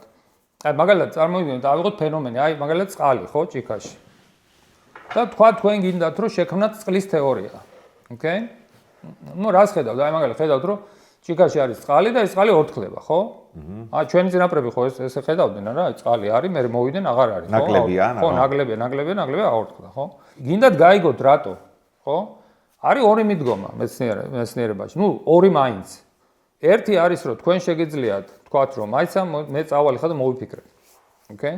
და შევქმნი მიკროსკოპულ თეორიას. მე წახვალთ თქვათ ცუდი ამინდია გარეთ საქმე არ აქვს რაღაცა დაждებით და შექმნით თეორიას რა. სადაც იტყვით რომ აი რა ქვია მოდი მე ესე მოვიფიქრებ რომ აი შეიძლება წყალი შედგება რაღაცა პატარა ნაწილაკებისაგან მე კი ვხედავ რომ სითხეა მაგრამ ისინი იმდენად პატარაა რომ თვალით ვერ ვხედავ. ესენი მოძრაობენ ერთმანეთს ეჯახებიან მოლეკულები რაღაცა და ან დაჯახების შედეგად ერთხელაც რომელიღაცა ვარდება და ხო ამოაგდებს და ესე თანდათან მოსდის აორთქლება. ეს ერთი მეთოდია. თქვენ თქვნით თეორიას, მე მიდიხარ და ამ თეორიას ამოწმებთ ექსპერიმენტულად რა. არის მეორე მეთოდი, როდესაც შენი ძახი რომ მოდი მე წავალ და ვნახავ. ეგებ არსებობს სხვა სუბსტანციები, რომლებიც ისევე იქცევიან. ოკეი? და წახვალთ მე და ნახავთ რომ არის ვერცხლის წყალი, ისიც ისევე იქცევა. არიან სხვადასხვა, არიან სითხეები, არის მთელი უნივერსალური კლასი ობიექტების, რომლებიც ზუსტად ისევე იქცევიან როგორც წყალი. ამ დაკვირვებით, ამ გაზომით შემილია ეს რას გეუბნება, ძალიან უმნიშვნელოვანესია, იმიტომ რომ ეს გეუბნებათ, რომ წყლობა კი არ არის მთავარი იმისთვის, რომ ეს წყალს ესთვის სითხის თვისებები ქონდეს. არამედ არის რაღაც გაცილებით უფრო ფუნდამენტური და გაცილებით უფრო უნივერსალური. და წყალი უბრალოდ ამ წესს ემორჩილება. იმიტომ რომ წესია უფრო უნივერსალური, სითხე იქცევა ასე და წყალი სხვა არჩევანი არ აქვს, იმიტომ რომ სითხეა და უნდა მოიქცეს. აი ეგ იყო ჩემი მეორე მიდგომა შავი ხვრელის მიმართ. იმიტომ რომ ჩემი იდეა რა იყო, რომ მოდი დავსვათ კითხვა, რომ არსებობენ სუბსტანციები, რომელიც ასევე იქცევა? კი, ეს თვითონ შავ ხვრელს ეს მისტიური თვისება აქვს, რომ აი მაგალითად ინფორმაციის მაქსიმალური მატარებელია. ტემპერატურასაც თითქოს ტემპერატურაც ასხივს, მაგრამ ეგება ეს არ არის მაინც და მაინც შავი ხვრელის მახასიათება. არამედ სხვა სისტემის და აღმოჩნდა რომ უნივერსალურია ეს კანონი. ეს კანონები არის უნივერსალური და ნებისმიერი ობიექტი, რომელსაც აქვს მაქსიმალურთან მიახლოებული ინფორმაციის ტარების უნარი, ყველა იქცევა როგორც შავი ხვრელი. ეხლა ეს ძალიან მაგარია, რატო? იმიტომ რომ ეს ხდები რომ თურმე შავხვრელობა არ ყოფილა მთავარი. არამედ არის რაღაც უფრო ფუნდამენტური და უფრო უნივერსალური და შავი ხვრელი უბრალოდ მაგას ემორჩილება. შესაბამისად შავი ხვრელიც კი ემორჩილება რაღაცას. ხო, ზუსტად, ხო. და ეს რატომ მნიშვნელოვანია, რომ ეს ამით ხდება დინისტიფიკაცია. საერთოდ მეცნიერის მთავარი ამოცანა არის, რომ დინისტიფიკაცია უნდა გაუკეთოთ. რა ქვია, მოვლენებს და არა მისტიფიცირება. და ნუ ტენდენცია არის ხოლმე რომ მაგალითად შავხრელი არის ძალიან მისტიფიცირებული ხანდახან რა ანუ ესეთი თვისებები რაღაცა ხო ნუ აი ეს არის ესეც ძალიან მნიშვნელოვანი მომენტია რა და ხო ნუ ანუ მთავარი არის გაგება ამის და რა თქმა უნდა გაგების პროცესში როცა ხარ და რო ხვდები რომ რაღაცები ლაგდება და მუშაობ ხო რაღაცა მიღწევის შეგრძნებაა რა ანუ ხო ცხადია ხო რა თქმა უნდა ძალიან ესეთი იყო მოსასმენად როცა აღმოაჩენ რომ მეცნიერებაშიც კიდე დარწმუნებული რომ ალბათ ყველა შემთხვევაში ეგრე იყო რომ ეს ყველაფერი არის დამოკიდებული ერთი ცნობის მოყარე ჯიუტად ცნობის მოყარე ადამიანის რაღაც ჩანაფიქრზე ხო რა თქმა უნდა არა მე რა თქმა უნდა მე ჩვენ მთელი ჩემი ჯგუფი მაგაზე მუშაობს ახლა და ჩემი სტუდენტებთან ერთად და კოლაბორატორები არიან და კომპიუტერული სიმულაციები და ასე შემდეგ ნუ ეს მთელი მიმართულება განვითარეთ და ნუ ყველაფერი ლაგდება ისე როგორც აბსოლუტურად რა. ნუ ანუ ეს მოკლედ ეს სწორია ყველაფერი. ბატონო, როგორც მეცნიერს გაინტერესებთ და როგორც ადამიანს, აი რო გავაცალოთ. გაინტერესებთ რა ბედი ეწევა კაცობრიობას პირობითად 200 წელიწადში. მაშინ როცა არ ვიცი, აი ვისაც იცნობთ, ნუ აი არც ერთი აღარ ვიქნებით. არა 200 წელიწადში როგორ 200 წელიწადი აქვე არის რა. ანუ არც ისე დიდი მასშტაბი არ არის. 200 წელიწადში ყველა ვარიანტი მაინტერესებს, რა თქმა უნდა. არის, ზოგადად მაინტერესებს, მაგრამ მე მან ისეთი მომენტია კიდე რომ ჩვენ ისეთი ეტაპს გავდივართ, რომ შეიძლება ისე ვიყოთ, რომ აი შემდეგი 100 წელი გადარჩენა ჩვენმა გადარჩენამ, მე განსაზღვროს ბოლო-ბოლო გავაგზავნებთ თუ არა რა. როგორც ამბობენ რომ გადამწყვეტი ბრძოლა რაღაც აი კომიქსებში არის შეიძლება ეხა გავდივართ მაგრამ არა ბრძოლაზე არ არის უბრალოდ რა ხდება აქამდე მაგალითად ჩვენი სპეციები ანუ ჩვენი სახეობები ნუ არსებობს ხო ასობით 1000 წელიწადი და აქამდე ხო ჩვენ არ ქონდა მაგის საშუალება რომ პლანეტა გაგვენადგურებინა ან ჩვენი თავი გაგვენადგურებინა ანუ ეს რაღაცა ახალი ხილია ხო როდესაც ჩვენ გვაქვს ტექნოლოგია როდესაც ჩვენ შეგვიძლია ჩვენივე ცივილიზაცია მოვსვოთ ხო ხო, ნუ ესე იგი შესაბამისად აქამდე არ იყო ეგ აქტუალური. ანუ მაგალითად ეხლა მე-5 საუკუნეში ადამიანს ესე პირდაპირ ვერ იტყოდა, რომ აი შემდეგი 100 წელია გადამწყვეტი, ხო? კი, ერთმანეთს ვანადგურებდით, ეს მოგვდებს ჩვენ. გამუდმებით ესეთები ვართ რა, ეს პრიმატები. ნუ პრიმატები ვართ რა, ალიაბალია ხო და. ამიტომ ეხლა ისეთში ვარ შესული ტექნოლოგია სულ უფრო და უფრო იხვეწება და სულ უფრო და უფრო გვაძლევს საშუალებას, რომ ჩვენი თავი გავანადგუროთ. ნუ რა გულისხმობთ ამ შემთხვევაში ატომურ ქობინს ხო რა თქმა უნდა ატომური ყველაზე ისეთია ცხადია და ნუ ეხლა რა თქმა უნდა არის ეხლა ხო არის მთელი ის კითხვები აი ეს რობოტიკაზე და აი ტერმინატორში 80-იან წლებში ან ნაზიმოვი ხო იქ ისე დონეზე რო იყოს შედარებით მარტივი იქნება ცხოვრება და აქ მთელი მუღამი არის რომ აი ხელოვნური ინტელექტი თუ ეს რაც დღეს არის არა მაგრამ აი თუ განვითარდა იმ დონეზე რო თქვა რა ვიცი და სწრაფად ვითარდება აშკარად ძალიან. კი, ვითარდება, მაგრამ აი ეს ნახტომი როდის იქნება, რომ აი ცნობიერი გახდა, ეგ ნახტომი ეგ არ ვიცი. რო დაიჯერა თვითონ რო აზროვნებს და ხო, ჯერ როგორ უნდა შევაფასოთ კრიტერიუმი, თავის ეგეც როგორ ისეთი მომოცანაა რა, ანუ რას ნიშნავს რომ ცნობიერი გახდა.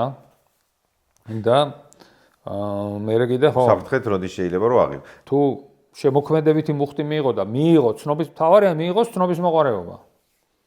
აი ცნობის მოყარეობა თუ მეცნიერული გაუჩნდა, რა ვიცი, ვერ ხედავ ხა რატო არ შეუძლია რომ კონკურენცია გაგვიწიოს კი არა, რაღაცები გააკეთოს, მაგრამ რაღაცნაირად მაშინ ამ ალგორითმს უნდა კონდეს რაღაც ფიდბექი, იმიტომ რომ ეს ცნობის მოყარეობა რას ნიშნავს? ჩვენ რაღაცა კმაყოფილების გზნობა გვაქვს, ხო? როდესაც ჩვენ რაღაცას ვიგებთ, გვაქვს კმაყოფილების გზნობა, ხო? ნუ ეხლა ეს პროგრამა საბოლოო ჯამში ეს ევოლუციურად ეგრე განვითარდა, ხო? რატომ? იმიტომ რომ გაგება ჩვენთვის იყო მნიშვნელოვანი გადარჩენისთვის. მაგრამ შემდეგ რაღაც მომენტში ხო ეს გადარჩევა რაღაცნაირად შეწყდა, ხო? როდესაც სოციუმი განვითარდა და ესე სათითაოდ აღარ დაგვდებდნენ ისინი, ხო? რაღაცნაირად ამ კუთხით გადარჩევა შეწყდა, ხო?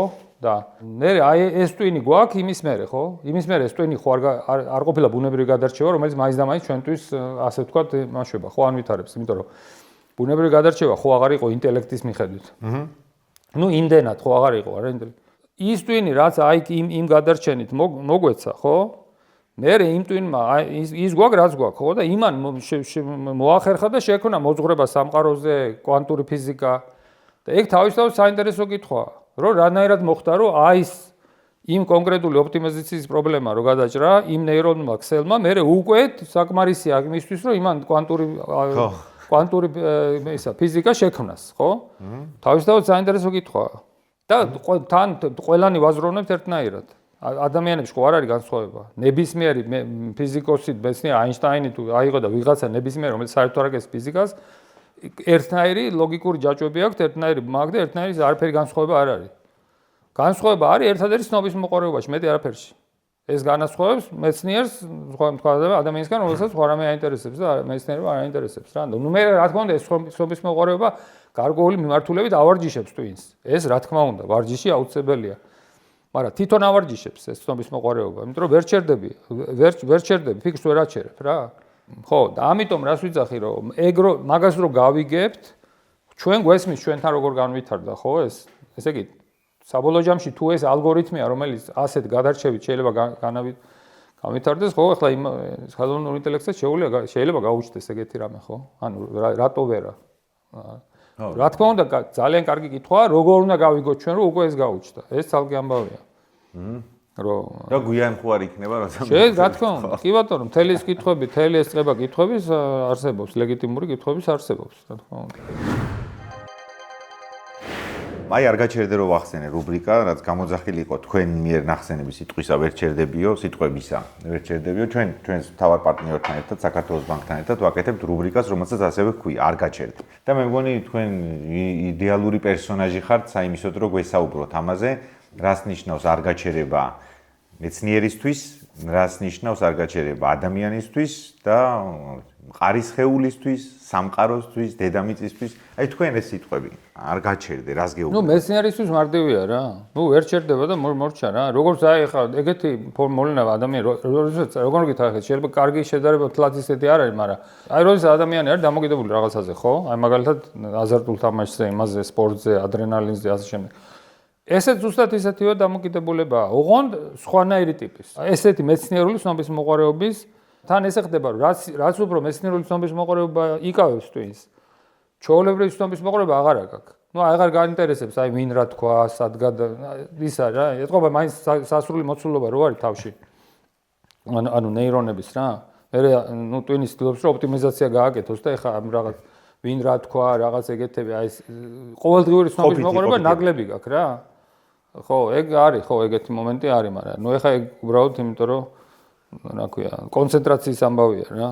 და დარჩენი იგივეა, ანუ არის დამოკიდებულებასავით არის რა. ანუ აზროვნება თვითონ ცდილობს მე შემდეგ თავისთავი არ გააჩეროს. ფიზიკაში როგორ ხდება ეგ? ხო, აი ზუსტად მასე იქაც იგივეა. სხეული, აი მაგალითად 1 მილიწამით რო შეჩერდეს დედამიწის ბრუნვა. რა ხდება? არა, იქ ახლა ანუ ფიზიკური სხეულების არ გაჩერება ნიშნავს რომ რა თქმა უნდა მთლიანად ყველაფერი დროში ევოლუცირებს და ნუ არსებობენ ობიექტები, რომლებიც არიან სტაციონარული. ანუ მაგალითად დედამიწა და მზესთან მიმართებაში დედამიწა სტაციონარულია, ანუ ამ პერიოდულად იმეორებს ამ ტრაექტორიას. ნუ პატარა შესწორებებით, ხო? და ნუ ეს რა თქმა უნდა ეს ფიზიკის კანონებიდან გამომდინარეა, რომ ნუ ესეთი სხვა არჩევანი არ აქვს. ნუ მზესაც ასევე არ აქვს არჩევანი, მოძრაობს ორბიტაზე გალაქტიკაში. გალაქტიკასაც არ აქვს არჩევანი, ხაბლის გაფართოებით არის ეს კოსმოსური გაფართოება გაგვიტაცა და ერთმანეთს ასე ვთქვათ შორდებით ეს გალაქტიკის კლასტერები და ამ შემდეგ, ხო? ხო, იქ გაჩერება, მაგალითად კოსმოლოგიური არ გაჩერება კიდეც სხვა რამეა, რომ ეს გაფართოება, სამყაროს გაფართოება რა. კოსმოლოგიურ მასშტაბებზე. ხო, ნუ მოვდივართ ჩვენ რაღაცა ისეთი ისტორია გვაქვს, საინტერესო, მოვდივართ აი ნუ რასაც ტრადიციულად უძახიან დიდ აფეთქებას. დიახ. ხო, მაგრამ დიდი აფეთქება სიამდვილეში ეს არის ტერმინი. ანუ ეს არის ტერმინი, სადამდე შეგვიძლია ჩვენ გადავახვიოთ სამყარო აღწერადობის ფარგლებში რა. ძალიან პატარა მანძილამდე რა, ნუ საკმაოდ პატარა. როდესაც ძალიან პატარა იყო ხილული სამყარო, ხო. ანუ თქვენ ამბობთ, რომ ფიზიკის შემთხვევაში არ გაჩერება, ეს არის კანონების მიერ ნაკარნახევი ამბავი, იმიტომ რომ ასე უნდა იყოს და სხვა გზა არ გააჩერება. აი ხა წეღან რაც თქვით სანამ შევისვენებდით, ის გამახსენდა ამ არ გაჩერებასთან დაკავშირებით, რომ არის რაღაცა კითხვის ნიშანი, რომელსაც მიყვება მეცნიერი და ამოხსნის და მე რაღაც ახალი კითხვები. არა, სუიბადება ახალი. რა თქმა უნდა, კასკადია. ეგ ხო იდეაში ბედნიერებაა, როცა ერთი რაღაცის ამოხსნის მერე ახალი ბევრი კარი იხსნება და ახალი კითხვები ჩნდება. ანუ ეგეც ხომ მიუნიშნებს იქამდე რომ კიდე გვაქვს სავალი გზა. უი, სავალი როგორ არა გვაქვს. ანუ რა თქმა უნდა, ხო, არა, ეგ არ ბედნიერება, ნუ ეხლა მოცემულობაა, ბედნიერებაც არის, რა თქმა უნდა, ავტომატურად. რომ კი, რა სულ უფრო და უფრო ახალი კითხვები ჩდება, რა თქმა უნდა, ნებისმიერ სიტუაციაში. ეგ შეიძლება იყოს ფუნდამენტურ ფიზიკის მხარესმისიარული, შეიძლება რაღაცა ობიექტის აღწერა იყოს, კომპლექსურობაში გაჩნდეს კითხვები. ჩვენ თუ მაგალითად ჩვენი ტვინი ავიღოთ რა. ხო არ მივდივართ ეგ ელემენტარულ ნაწილაკებზე რა. ნუ საკმაოდ მაკროსკოპული ობიექტია. მაგრამ კომპლექსურია იმდენად რომ არ გვესმის, ხო? ხო, ნუ უამრავი ფანტასტიკური საინტერესო კითხვა არის ჩვენ აზროვნებასთან და ჩვენ ტვინთან დაკავშირებით, ხო? და ჯერ ესეც კი ვერ შევისწავლეთ ბოლომდე. ხო, რა თქმა უნდა და ეგ მარტო ფიზიკა რა თქმა უნდა დაგვეხმარება, მაგრამ მარტო ფიზიკით მაგას ვერ გავაკეთებ. მან ჭირდება, რა თქმა უნდა, გვჭირდება ბიოლოგია, ნეირომეცნიერება, ბიოფიზიკა. აი ახლა თქვენ როგორც უკვირდებით, უბანძესი შეკითხვა მაპატიეთ ყველა. მაგრამ აი რბოლა რო იყოს მეცნიერებათა დარგებს შორის. თანამედროვე არსებული ტექნოლოგიებით. რომელი მეცნიერება ვითარდება უფრო სწრაფად? რომელი არის შედარებით ჩამორჩენილი, იმიტომ რომ არ აქვს რაღაც ინსტრუმენტები განვითარებისთვის. ნუ, როგორ არის, აიღურეთ. ეგ ბოლა სულ არსებობს, იმიტომ რომ ფინანსები სასრულია. შესაბამისად, ასევე უნდა რაღაცა პრიორიტეტიზაცია გააკეთოს ამ ფონდებმა და მთავრობებმა და სახელმწიფოებმა, რაში ჩადონ, რომელი კვლევა უფრო პერსპექტიულია, ხო? რა არის მოთხოვნა და ასე შემდეგ, რა. ასევე კერძო კომპანიებიც ხდებენ ძალიან დიდ ფულს იმაში, რა ქვია, კვლევაში, ხო? და იქიდან გამომდინარე, მაგალითად რა აინტერესებს და ასე შემდეგ, ხო? ეხლა რა ხდება? აქ განსაკუთრებული ადგილი უჭირავს ფუნდამენტურ კვლევას, იმიტომ რომ ფუნდამენტური კვლევა შეიძლება ეს ერთი შეხედვით ვერ თქვა, რომ აი ხვალ ამას ეკნება გამოსავალი რაღაც იმას. თუმცა როგორც წესი აქვს, ანუ უბრალოდ იმ მომენტში არ ჩანს თორე. ამიტომ ფუნდამენტური კვლევა მაინც არის სახელმწიფოს როგორც წესი სახელმწიფო და საერთაშორისო გაერთიანებების დაფინანსება მათი ის არის. ხარდაჭერით ხდება. ხო, მათი ხარდაჭერით ხდება. მეორე ის პრობლემა ის არის, რომ ფუნდამენტურ კვლევებში ექსპერიმენტები ხდება სულ უფრო და უფრო ძვირი. იმიტომ რომ რაც უფრო პატარა მანძილებზე ჩავდივართ, მით უფრო სულია დაკვირვება. ხო, მით უფრო დიდი ამაჩქარებელი უნდა ააშენო და ნუ ეხლა ეს ფული ღირს. მაგრამ რა თქმა უნდა, ეს არაფერი არ არის იმასთან შედარებით, რაც ხმარდება 1000 სხვა რაღაცას, ვიცი, ომს და უბედურებებს, ხო? სიტყვაზე რო ავიღო. უი, სხვას ვისკითხოთ უკეთეს, აგერ გუშინ წინ ჩამოვიდა ის მთვარის მისია. მე ხარ რაც წავიკითხე, რაც მოვასწარი გზაში არის ის, რომ ყველაზე შორს მივედით, აი ეგრეთ წოდებულ ბნელ მხარემდე. აქამდე სადაც ყოფილი ადამიანი ყველაზე დისტანციურად ყველაზე შორს მივიდა. რატო არის გამორჩეული? ჯერ 50 წელი რატო დავივიწყეთ? ეს იდილიაში რომ დავტოვეთ მთვარე და უცებ გადაწყვიტეს, რომ 50 წლის მერე ისევ წავიდნენ მთვარე. რა იყო ეს? ეს რბოლის ნაწილი იყო, მაგრამ რბოლის ნაწილი რატო უნდა ყოფილიყო? რუსები кайხანია ჩამოშორდნენ უკან. მან ხო დაკვეთები და ყველაფერი იცვლება. ახლა ეგ ძალიან კაი კითხვა ახლა ზუსტი პასუხი მაგაზე, ნუ ესეთია რა, ცოტა ბევრი ინფორმაციას მოითხოვს და კომპლექსური, მაგრამ ეგ ხო გესმით ეგ როგორ არის? ესე იგი, კაცობრიობას თუ აი ამ კოსმოსურ სკალაზე უნდა რომ გადარჩეს, ამ კოსმოსური დროის მასშტაბებზე გვაქვს საუბარი და არა დღესამხვალ. დღესამხვალ უფრო აქტუალური ისინი გვაქვს, ხო? საკითხები, მოსაგვარებელი. ანუ თუ უნდა რომ გადარჩეს, აუცილებლად უნდა გავიბნეთ. ხო? ანუ არჩევანი ეგ არ არის ჩვენი არჩევანი. ანუ არჩევანი არ გვაქვს. ხო, ნუ ეს შესაბამისად ეხლა აი ეს მოსამზადებელი ფაზა მაუშოთ იგივე კაი ბაზა შეიძლება იყოს მთვარე აი ამ შემდეგომი იმისთვის. მით უმეტეს თუ იქ წყალია, მაშინ საწვავის გაკეთება შეიძლება და ასე შემდეგ რა. კონკრეტულად ეხლა ხვალ გაფრინდებიან თუ გუშინ გაფრინდნენ, ეს არ არის იმდენად პრინციპული. აქ ლაპარაკი არის, რომ ნელ-ნელა უნდა მოტრიალდეს დედამის ასე ვთქვა, კაცობრიობა ამ მთვარის მისიისკენ, ისევ რა, მთვარის ათვისებისკენ. თუ არა, ხო? აჰა, დაზვერვა იყო რაღაც ხო, ნუ და ამის მერე თუ რაღაცა, ხო, მერე რაღაცა იმებს თუ გადაწყვეტილება, მერე უკვე ეს დაიხოცება და გადაწყვეტილება და უფრო რა შეიძლება გაკეთდეს, რა არის აქტუალური, რა არის უფრო ასე ვთქვა, მერე ხარჯებსაც ხო აქვს მნიშვნელობა და ამ შემდეგ, ხო? ჩვენ ცხოვრობთ ოაზისში. ეს უნდა გავიაზროთ რა. სანამ ეს ვინმე პოლიტიკურმა იმან არ ამოჭრას ეხა და ეს არ დატოს. ჩვენ ცხოვრობთ ოაზისში. ესე არის, ამოჭრა კონტაქტ. ანუ ეს რეკლამაში რო ნახოთ პოლიტიკური ეს საქართველოს. სხვა შორის საქართველოს ჩვენი ოაზისია, ბუნებრივი იმის თვალსაზრისით ჯერჯერობით, ხო? ნუ ტექტონიკა ხო, ცოტა ის არის, მაგრამ ხო. და გეოპოლიტიკაა. არა, ეგ ძალკე აბავია, რა თქმა უნდა, მაგრამ არა, მე ვიზახი იმას ბუნებრივად. ბუნებრივი რესურსებით ჩვენ ცხოვრობთ ოაზისში. ანუ 64-ია რა ფაქტი. დედამიწა არის 64.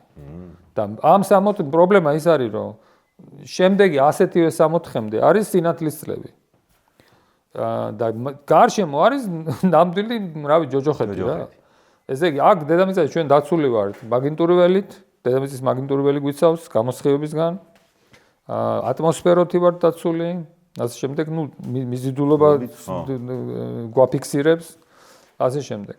ხო და როგორც კი აქედან ამ ფარს გაცდები, ეს არის ძალიან დიდი ის რა გამოწვევა. ნუ შესაბამისად, ხო, ნუ ეხლა შორმანძილებზე გადაადგილება ესე დაუცველად და ის რა პრაქტიკულად შეუძლებელია. ამიტომ ნუ მარსი არის ყველაზე ოპტიმისტური შემდეგი ისა. იქაც ეს ის დგას ამოცანა, ან როგორ უნდა დავიცვათ ეს ხალხი რა, ვინც სწავლენ ეს ასტრონავტები ამ ემითი რა ქვია, რადიაციისგან და ასე შემდეგ რა. ხო, მეორე მომენტი ის არის, რომ მე იქ სხვანაირი გრავიტაციაა. ანუ იქ ადამიანებს ყველა ვარიანტში რაღაც მუტაციები მოუვათ და შემდეგ სხვანაირად განვითარდებიან. საინტერესო იქნება რაღაც ახალი ადამიანების ჯიში გამოვა, ხო? არა, გამოვა რა თქმა უნდა, მაგრამ სხვა გრავიტაციული პირობებია. თქვენ თუ გახსენდებათ მომენტი, როცა მიხვდით, რომ აი სამყაროს მოწყობის ობიექტური ამბები გაინტერესებთ, ანუ ფიზიკა გაინტერესებთ, როგორც ასეთი. ფიზიკა გაინტერესებს ახლა შეიძლება საგანზე ვამბობ. ნუ კი, ანუ როგორ ცნობის მოყარეობა და აი ეს როგორ არის მოწყობილი, ნუ ეგ პრობლემაც რა ქვია, გარკვეულებით არის, იმიტომ რომ ეგ პატარა ასაკიდან ვითარდება რაღაცა უკვე აი ძალიან მნიშვნელოვანია, რომ ეს ბავშვს განუვითარო ეს ცნობის მოყარეობა, ხო და ნუ ალბათ მაგის შედეგიც იყო, მაგრამ ნუ ცნობის მოყარეობა ბავშვობიდან მქონდა სულ. ანუ როგორ მოქმედებს რაღაცების სისტემა, როგორ არის მოწყობილი მაგალითად, რა ვიცი, რაღაცა მექანიზმები, რაღაცა ეგეთი, ხო, ესეთი სულ მქონდა, მაგრამ ჩხერკედელაობა. ხო, აი რაღაცა ეგეთები, აი როგორ არის მოწყობილი, როგორ მუშაობს, რაღაც ელექტროძრავა, ეს რაღაცა ეგეთები სულ მქონდა, მაგრამ ნუ ფუნდამენტურ აი რასაც შეიძლება თქვა, რომ აი ესეთი ღრმა კითხვა, ფუნდამენტური, ეგ გამიჩნდა პირველად აი სკოლაში ვიყავით, ნუ აღარ მახსოვს ახლა ზუსტად, მე 6 კლასში ვიყავით რაღაც ეგეთ. აი პირველად მექანიკა, იქ სწავლობდით ესე ფიზიკას ესე სწავლობდით, მაშინ ეს საბჭოთა სისტემა იყო. თავიდან იყო რაღაცა თითქოს ზოგადი ისა, უფრო მიმოხილვა რა. და მე უფრო შედარებით თვითონ დეტალური. მე ბოლოში მე-10 კლასში რაღაც კვანტური ფიზიკის რაღაცა ელემენტებიც ჰქონდა. და მოკლედ ერთის ხრი იყო ეს მომენტი, რომ სწავლობდით მექანიკას და ნუ ზოგადად ხო ვიცით რომ ესე იგი ბუნება იმართება კანონებით. ანუ რას ნიშნავს, რომ მაგალითად თუ საწყის მომენტში ვიცი მე მაგალითად თუ ჭურვი გავისროლე, ტრაექტორია ვიცი, შემიძლია გამოვთვალო. რატო? იმიტომ რომ ბუნების კანონებით იმართება, ხო? ესე იგი, თუ ვიცი საწყის მოცემულობა, საბოლოო მოცემულობა არის ცალსახად განსაზღვრული, ხო? რა თქმა უნდა, იქ პატარა შეშფოთებებია, იმიტომ რომ შეიძლება ხარ ამ ატმოსფეროს სიმკვრივე შეიცვალოს, რაღაცა ჩიტი დაეჯახოს ასე შემდეგ, მაგრამ ეს ამის გათვალისწინებაც შეიძლება იდეაში, ხო? ან მაგალითად აი ბილიარდს თამაშობდით და ნუ ბილიარდში ხო შეგიძლიათ გათვალოთ რა. ეხლა კარგი მაგარი კომპიუტერი რო გქონდეთ და ეს მონაცემები იცოდეთ, ამას გაითვლით რა და პრინციპში შეგიძლიათ უსასრულოდ გაითვალოთ, ხო? ხო? ესე იგი ერთის ხრივ, ესე იგი სამყაროს აქ საწყისი მდგომარეობა თუ ვიცი. საბოლოო მდგომარეობა, ნებისმიერ სხვა მომენტში დროის მდგომარეობა არის განსაზღვრული ცალსახად, ხო? მეორეს ხრივ გვასწავლიდან იყო ეგეთი ისა. ნუ მარქსისტული ფილოსოფიის სავით იყო რა, მაგრამ რომ აი ესე იგი არსებობს ხო, ნუ რა თქმა უნდა მარქსისტულ ფილოსოფიაში და ზოგადადაც არის რომ არსებობს თავისუფალი არჩევანი. თავისუფალი ნება, ხო? ნუ რა თქმა უნდა ღმერთი არ იყო იქ ლაპარაკი. ღმერთი არის ობიექტური კანონებით იმართება სამყარო და ადამიანს აქვს თავისუფალი ნება. ხო და ეს ორი რანაირად ერთდებოდა, ეგ ვერ გავიგე, იმიტომ რომ ანუ ლოგიკურად ფიქრობდი ესე რომ თუ ნებისმიერი დროის სხვა მომენტში განსაზღვრულია ფიზიკის კანონებით, ბუნების კანონებით, ესე იგი მაშინ მომავალი არის კაცრად გაწერილი, ხო? გაწერილი. წინასწარ განსაზღვროთ. ხო და მაშინ სად არის თავისუფალი ნება ადამიანის? ან ესე იგი თუ თავისუფალი ნება არის, მაშინ უნდა დაუშვა რომ არსებობს რაღაცა მატერია, რომელიც ესე კანონებს არ ემორჩილება, ხო? და ნუ ახლა თუ ეგეთი რაღაც არსებობს, რომელიც კანონებს არ ემორჩილება, ეგ საერთოდ იმაში მოდის, კონტრასტში მოდის მარქსიზმთან და ყველაფერთან, ხო? დიალექტიკურ მატერიალიზმთან და ყველაფერთან, ნუ რაღაცა ღმერთივით არის, ხო? რაღაცა არის, რაც შენ ესე ვერ გათვლი, რომ რას გააკეთებს. ხო და მაგით ვიყავით, ნუ ეს ამ ძალიან ეს კითხვა მაწუხებდა რა. ნუ იქ რაღაცა ვესადე მასწავლებელსაც დავლაპარაკე. ეს წლები გრძელდება, ხო? რაღაცა. უცნაურია, იმიტომ რომ მაგასაკში მე მაინტერესებდა სპაიდერმენის მომდევნო სერიაში რა მოხდებოდა და თქვენ სხვა არა, ეგეთი რაღაცების მაინტერესებს ეს კი არ არის, ეს ერთმანეთს კი არ გამორიცხავს. ისინი ძალიან საინტერესოა. ხო? ნუ ჩვენ დროს სპაიდერმენი არისო. და ისა რა ქვია. მე ასე ვთქვათ აღმოვაჩინე რომ არსებობს კვანტური ფიზიკა, რომელიც რაღაცნაირად ალბათურია და მაშინ ესე ვფიქრობდი რომ აჰა, შეიძლება აქ იყოს თავისუფალი ნების გამოვლინება, მაგრამ დღეს ვიცი რომ არ არის. მე აღმოვაჩინე რომ თურმე ამ პრინციპს, ეს თურმე ცნობილი პრინციპია და ქვია ლაპლასის დეტერმინიზმი. მაგრამ მე მეგონა რომ კვანტური ფიზიკა ამას რაღაცნაირად გვერდსუვლიდა რა. მაგრამ აღმოჩნდა რომ არა, მოდიფიკაციას უკეთებს, მაგრამ კვანტური ფიზიკაც მაგ თვალსაზრისით დეტერმინირებულია, იმ თვალსაზრისით, რომ მდგომარეობა სისტემის განსაზღვრულია ცალსახად, მაგრამ კვანტურად. ანუ თვითონ კვანტური განსაზღვრა იქ შეიცავს რაღაც სუპერპოზიციებს და ალბათობებს და ასე შემდეგ რა. ანუ თლათ ესე ცალსახად მაინც არ არის, მაინც კითხვა რაღაცა არის, რომ სად არის თავისუფალი ნება. ხო და მაგრამ ეგ იყო ერთ-ერთი ის არის ბუსტერი, ეგეც იყო რა. კიდე ბევრი კითხვები იყო, მაგრამ ხო. აი, რუბრიკას მივადექით ჩვენ მეორე რუბრიკას, მე მგონი ლოგიკურად. ალტასთან ერთად ვაკეთებთ ჩვენს ახალ პარტნიორთან ერთად რუბრიკა კონტროლ ალტი. რაც აი ამ განახლებას ეხება და ადამიანის ცხოვრებაში რაღაც ტექნოლოგიური სიახლის შესვლას. და როცა ამ რუბრიკაზე ვფიქრობდით, მივხვდი რომ ჩემს ცხოვრებაში მაგალითად ყოფილა ისეთი ხوار გავაფუჭერა მოწყობილობები, რომელიც იმდენად აღმაფრთოვანებელი იყო ჩემთვის, რომ ამასთან ერთვოდა რაღაც ადამიანური ისტორია, ბავშვური ან ახალგაზრდული აღფრთოვანება, რამაც ცხოვრებაში ესეთი სასიამოვნო მოგონებები დამიტოვა. იქნებოდა ეს რაღაც ფერადი ტელევიზორი, მოტანა, თუ პირველი მობილური ტელეფონი, თუ მუსიკალური ცენტრი, რომელსაც აქაც ვხედავ. თქვენ შემთხვევაში რა იყო ეგეთი ახალი გაჯეტური თუ ტექნოლოგიური სიახლე, რომელიც აი უცაბედად შემოვიდა ცხოვრებაში და კაი ისეთი კვალი დატოვა. ანუ ეგეთი რომ უცაბედად შემოვიდა და მე უფრო აი ეს ქონდა, აი როცა გავიაზრე ბავშვობაში, რომ აი მაგალითად ტელეფონი როგორ მუშაობს. და რო შეგეძლო ეს უმარტივესად, რა ქვია, მაგნიტური მემბრანით და იმით, შენთან გაგიკეთებინა ტელეფონის ხაზი რა. და რაღაცა ვჭიმავდით ეზოში და ერთმანეთს ველაპარაკებოდით. ანუ მე უფრო მაგით ის როგორ რომ აი გავიგე ეს თურმე როგორ მუშაობს რა. ჯერ რა მაგარია მივხვდი რომ აუ რა მაგარი გამოგონებაა რომ აი რა მარტივია აი ვიბრირებს, ესე იგი ის მემბრანა, მე ის გარდაქმნის მაგნიტური იმის გამო რომ მაგნიტური ველში მოძრაობს, ის დენი წარმოიშვება, ეს დენი ვრცელდება და მე ის მეორე ადამიანი ისევ ბგერებად გარდაქმნილს უსმენს რა. ხო და ნუ ეხა ეგეთი რაღაცები ის იყო.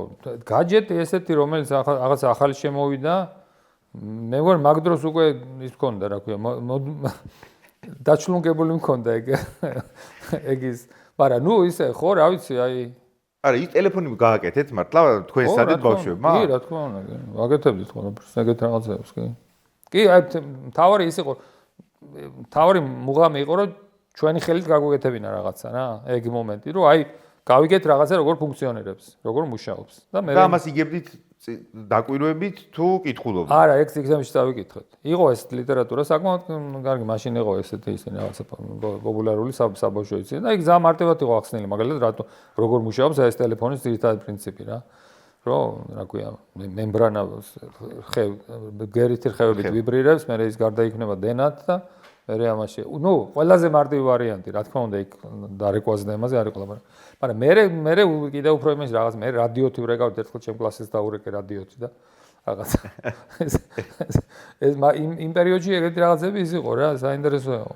იმ პერიოდში ხო, ნუ ეხლა რადიო მე მგონი საერთოდ აღარ არის არცად, მაგრამ ისე რადიო ჩემთვის ძალიან ისეთია, დღემდე ძალიან რომანტიკული რაღაცა. არა, ძალიან მაგარი რაღაცა. უდიდესი ნახტომი იყო კაცობრიობის იმაში რა. წარმოიდგინეთ, ეს კავშირგაბმულობა რამხელა კაბელი გაყავდათ ატლანტიკაზე. მე ჩაუვარდათ ერთხელ ეს კაბელი. წარმოიდგინეთ, ჯერ წარმოიდგინეთ იმ ხალხის შემართება, ვინც აეს გადაწყვიტა, რომ ევროპიდან ამერიკამდე ატლანტიკაზე გაჭიმოს კაბელი წყლის ქვეშ. რა ქვია, ტელეგრაფის კაბელი. ხო? ნუ ესე იგი, ამან ხო სასწაული ბიზნესი გამოიწვია, უკვე ბირჟები დაუკავშირდნენ ერთმანეთს, ეს ფულის მთელი ამბავი, ამან ბუსტი მისცა ეკონომიკას და ყველაფერი, მაგრამ თავისთავად ის რომ რამხელა რაღაცა შეეჭიდა ის ხალხი იმ დროს. არ დავასახელებ ეხლა რა შეიძლება ერქვას ეგეთ ადამიანს, ვისაც აქვს მაგისი შნო, გამბედაობა, სითამამე, სიმამაცე, რომ ჯერ ამხელა ესეთი იდეა დაებადა და მე დაუშვა რომ მე ამას გავაკეთებ და გააკეთა. გააკეთა და შუაგზაში ერთხელ ჩაუვარდოთ. და მე ნუ ბოლოს გაჭიმეს, მაგრამ მე უცებ ამ რადიომ რა გააკეთა, რომ ფაქტურად ეს მთელი კავშირი გახადა საერთოდ არაფერი კაბელი აღარ გინდა რა. წარმოიდგინეთ. ეგრევე რევოლუცია მოახდინა ხო კავშირგაბმულობაში. და რა, დღემდე რადიოს ვიღენებთ, აი სიგნალებს რო აგზავნიან დედამიწიდან. რადიო სიგნალებია უცხო ცივილიზაციების ძებნაში. ოღონდ 100 წლის მერე რომ მივა. რო, რა თქმა უნდა, ხო. ძალიანაც კარგი თუ გვიან მივა, იმიტომ რომ არ გაიგებენ ახლა. იმიტომ რომ შეიძლება ცალკე საჭიროება იყოს, ხო? ეგ ხო არის ეგეთი ის რომ შეიძლება გაგვანადგურონ ეგრევე. რატომაც არა, ხო, იქ ვინოხრებიანი. არა, მადლობაც არაზეც არ არის, ანუ საიდან უნდა გქონდეთ იმათ ჩვენი მორალი. ჩვენ ხო რაღაცა გვაქვს მორალი, რომ ვიზახით რომ აჰა, ესე არ არის რომ უბრალოდ ცოცხალი არსება ადგა და გაანადგუროთ. ხო, თუმცა რასაც უყურებთ ეგრეც ხო, მაგრამ ნუ რაღაცაზე ხო შევთანხმდით, რომ იჯება კანონით. ხო, ვითომ კანონით იჯება თუ რაღაც მორალურად არ არის მორალი. იმათ ხო რატომ უნდა გქონდეთ ეგ მორალი? შეიძლება საერთოდ არ აქვს ეგეთი არაფერი. მეორე არის რომ ინდიფერენტულები იყვნენ შეიძლება საერთოდ არ მაინტერესებდნენ. მე მავოცებს ხომ რომ წარმოვიდგენ იმას რომ ის რომ პირობითად არსებობს ტელეფონი და აქვს ასეთი ამგვარი ფუნქციები, ხო? ამის იდეა რაღაც ძალიან შორს ჩაისახა, ანუ მეცნიერებამ დაბადა რაღაც იდეა და ის მერე გამოყენებით მეცნიერებად. ხო, რა თქმა უნდა, მთლიანად ეხა მთელი ფიზიკა მაგაში არის. ხო, ანუ შეიძლება ოთახში ნაფიქრი, ან ერთი ადამიანის იჯიუტით დაწყებული რაღაცა იქცა მე იმათ რომ ჩვენ მთელი კაცობრიობის მონაპოვარი ჩადებული ამ ტექნოლოგიებში. ყოველგვარი გადაჭარბების გარეშე. სკროლავთ თქვენ? რას? TikTok-ი. არა, TikTok-ი არა მაქვს არ ვიცი სამწუხაროდ თუ არ ვიცი ზოგადად. არა მაქვს არაფერი, აი ეს ისინი რა ქვია, სოციალური ისინი, ერთადერთი YouTube-ს უყურებ, ხო? YouTube-ი ხო? YouTube-ს უყურებთ თავის შექცებისთვის თუ ინტერესისთვის? არა, არის ხანდახან რაღაცები, რასაც მეცნიერული სტატურთვა აქვს და ის ხო არის რაღაც საინტერესო. ნუ ჩემი ისინი, აი მეცნიერული ისინი ზოგი დევს YouTube-ზე და რა ქვია, სტუდენტები უყურებენ. ეგ არის? ეგ არის. აიყო? გაიგე? აი მდინარის მიღმაც გაგვიგეს. ბატონგია. ჭირდება თუ არა გონებას აუცილებელი დასვენება აი ისეთ ადგილებში, მაგალითად, სადაც ახლა ვართ. კი, რა თქმა უნდა, კაროდის რა ქვია. დასვენება ყველა ვარიანტი შეიძლება, მაგრამ ნუ ხა ხო, ჩემთვის ეგეთი ბუნება ყველაზე ისეთია რა, ბუნების დასვენება. აი მე გახსოვთ დაგირეკეთ წინასწარ და დაახლოებით გითხარით რა წარმომედგინა, რაზე შეიძლებოდა რომ გველაპარაკა და მე მაინტერესებს ხოლმე საიდან მოდის დიდი იდეები და განსაკუთრებით აღმაფრთოვანებს თუ რაღაც დიდი იდეა შეიძლება მოდიოდეს უწყინარი ამბიდან. და მაშინ თქვენ მითხარით რომ კიო რა თქმა უნდა ეგეთი იდეები ეგრე მოდისო. კი, შეიძლება მოდიოდეს რა თქმა უნდა. ტრიგერია, ხო გასმით როგორ არის? ეს დიდი იდეა რას ნიშნავს? დიდი იდეა ყოველთვის არის დაკავშირებული რაღაცა დიდ პრობლემასთან, დიდ ამოცანასთან, რომელიც ადამიანს აინტერესებს. ხო? და ეხლა წარმოიდგინე სიტუაცია არის ხომ ესეთი რომ შენ ამაზე სულ ფიქრობ. მუშაობ, ფიქრობ იმას რაღაცა. შემდეგ რაღაცა მომენტში შეიძლება უბრალო რაღაცა მოვლენამ ტრიგერი გაუგეთოს. შეიძლება ვიღაცის კითხვამ გაუკეთოს ტრიგერი, შეიძლება ვიღაცის კოლეგამ გაუკეთოს ტრიგერი და ასე შემდეგ რა. აი მაგის დასტური არის ლეგენდა ვაშლის ჩამოვარდნაზე, რომელიც არასწორია, მაგრამ ყოფითი არის ძალიან. სადღაც ჯდომა და ვაშლის დაცემა. ყოფითია. თქვენ ამბობთ, რომ დიდი იდეა შეუძლებელია პრობლემის გარეშე. ანუ დიდი იდეა იბადება მაშინ, როდესაც არსებობს რაღაც დიდი პრობლემა, რომლის გადაჭრასაც ცდილობს ადამიანი. ხო, პრობლემა რას ადამიანი. ნიშნავს? ანუ ამოცანა. ხო, ბარიერი, რომლის დაძლევასაც ამოცანა ცდილობს. რა, რაღაცა ამოცანა, რაზეც ფიქრობთ, ხო? და გინდათ ამისი ამაზე ფიქრობთ სულ და მე რაღაცა მომენტში ქვეცნობიერად შეიძლება ტრიგერი გაუკეთოს ამას, რაღაცა შედარებით უმნიშვნელო მოვლენამ რა. მაგრამ ყოველთვის ეგ რაღაცნაირად კონტექსტი, ანუ რაღაცა ბაზისი უკვე არსებობს. აი ობიექტურად ჩვენ ხო გვიყვარს ქართველებს და მე მგონი ყველას უყვარს უბრალოდ ეს ეგრეთ წოდებული პატარა ერის კომპლექსი გვაქვს და გვიხარია ხოლმე როცა აღმოვაჩენთ რომ ჩვენიანს წვლილი აქვს შეტანილი რაღაც საზღვრებს მიღმა დიდ ამბებში. როგორ ფიქრობთ, აი ვინ ყავს ისეთი მეცნიერები ისტორიაში, რომლებაც მსოფლიო მეცნიერებაში მნიშვნელოვან კითხვებს გასცეს პასუხი? აუ, ეგ ხო, ეგ მაგარი საინტერესო კითხვა არის და ანუ როგორ არის იცით, ეგ მომენტი არის, რომ არ ვიცი ხა ისტორიიდან გამომდინარე ალბათ ხა მე რა თქმა უნდა ისტორიკოსი ის არა ვარ და მაგის ექსპერტი არა ვარ, მაგრამ ანუ ალბათ რაღაცა ისტორიული კონტექსტის ბრალია, რომ მიუხედავად იმისა, რომ უდიდესი მოაზროვნეები აი შუა საუკუნეებში მაგალითად ხო? უდიდესი მოაზროვნეები ყავდა, აი რაღაცა მაინც ამ ასე ვთქვათ ამ მიმართულებით, რომ აი მაგალითად მათემატიკის, ამ ფიზიკის, ამ სოფლიო იცოდნენ მათემ როგორ არის ახლა უსტაველშიც არის ხო მთელი ისინი რომ იქ ეს ცოდნა არსებობს ადამიანს ეს პლანეტების ცოდნაც არის. რა თქმა უნდა შესანიშნავი განათლება აქვს და ყველაფერი, მაგრამ აი ის რომ რაღაცა აი ამ მიმართულებით ყოფილიყო წვლილი შეტანილი, რატომღაც არ ჩანს ხო? არ არის ეს შუა საუკუნეებში და მაშინ არ არის. ანუ რაღაცნაირად ჩვენი თითქოს ეს ჩანს რომ ეს ინტელექტუალური პოტენციალი უფრო იყო მიმართული რაღაც უფრო ფილოსოფიისკენ, რაღაცა უფრო ესეთი რაღაცა მათ შორის ხელოვნებისკენ. არა, ხელოვნება თავისთავად, რა თქმა უნდა, მაგრამ აი ეს უფრო რაღაც ესეთი ვიდრე ნატურფილოსოფიისკენ. თითქოს ნატურფილოსოფიაში არისო. არ ვიცი რატომ, იმიტომ რომ მათემატიკა რა თქმა უნდა იცოდნენ, იმიტომ რომ არქიტექტორები და როგორ შეიძლება ტაძრებს აშენებს და რა თქმა უნდა იმათ ყველაფერი იცოდნენ. როგორ შეიძლება არ ცოდნოდათ, ხო? მაგრამ ხო, რაღაცა თითქოს ნაკლებად იყო. არ ვიცი დისციპლინარია, ისტორიული მომენტია თუ უბრალოდ მე ამის გამო ეს ისტორია ესე დაალაგდა რომ მთელი ეს შემოსევები და უბედურება ხდებოდა შეიძლება მაგის გამო რა. გაქვთ იმის განცდა რომ ცოდნა იმისია რომ აუცილებლად გააზიარო. ანუ დიდი ცოდნა როგორც ჩემ მიერ წეგან ნახსენებ ადამიანობობას პიტერ პარკერის ბიძა ამბობს, დიდი ძალა გულისხმობს თუ არა დიდ პასუხისმგებლობასაც. ამ შემთხვევაში გულისხმობს ხო არა იმას რომ თუ გაქვს დიდი ცოდნა ის აუცილებლად ვალდებული ხარ რომ გააზიარო. რომ გაგრძელდეს ეგ უწყვეტობა რო გქონდეს ცოდნას. ნუ ხო რა თქმა უნდა ხა არა შეგიძლია რაღაც ცოდნა მოიპოვო და მე არავის არ უთხრა და ნუ რა ვიცი სამცა იყო მაგრამ რა ვიცი ხა მაგრამ მაგაზე არ არის ლაპარაკი აქ კიდე არის ეთიკური პასუხისმგებლობა ხო მორალური თუ ეთიკური რა ვიცი როგორც გენდა რაც დგას არა იმიტომ რომ იმაზე რომ შენ ამისთვის მიგეღწია უამრავმა გადასახადის გადამხდელმა ამაში ფული გადაიხადა ხო ის რომ შენ კვლევები ჩაგეტარებია ეს ცოდნა მოგეპოვებინა ამაში ეხლა შენ ვალდებული ხარ რომ ეს ცოდნა ვინმეს გადასცე. და მეორე მხრივ რაღაც ბაზისი რაზეც დგახარ, ისიც ვიღაცებმა გადმოგცეს. როდის რაც ხო? მათმაც მაგიტომ გადმოგცეს, ამიტომ ეს რაღაცნაირი ვალდებულება არსებობს, აბა რომ ცოდნა ჩვენი ვალდებულებაა, რომ ცოდნა მოიპოვოთ და ცოდნა გადავცეთ. ეს ჩვენი ვალდებულებაა, ხო? მაგიტო არის რომ ვასწავლით სტუდენტებს და მაგიტო არის სტუდენტებს PhD-ს ვაკეთებინებთ და ასე რა ქვია, ვანვითარებთ როგორც კვლევარებს რა. რომ ეს ცოდნა მათ ორი მიზნის გამო, ერთი რომ ინტელექტუალური დონე ამაღლდეს, იმიტომ რომ შეიძლება ხა ყველა არ გააგრძელოს ფიზიკაში, PhD დაიცვას და მერე წავიდეს და რაღაცა კომპანია დაარსოს ისეთი რომ ისა, ხო?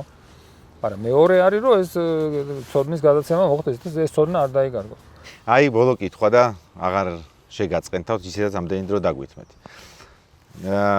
რას ეთყოდით აბიტურიენტს, რომელსაც ახლა ვერ გადაუწყვეტია, რომ აირჩიოს ფიზიკის სწავლა, რაც აინტერესებს და აქვს.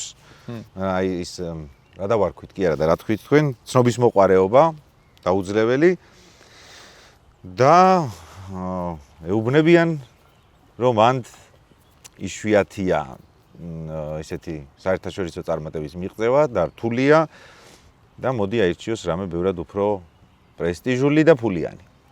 და აი გახლეჩილია ოჯახის აზრსა და საკუთარ ნებებს შორის. აუ, ეგ ძალიან რთული კითხვა არის.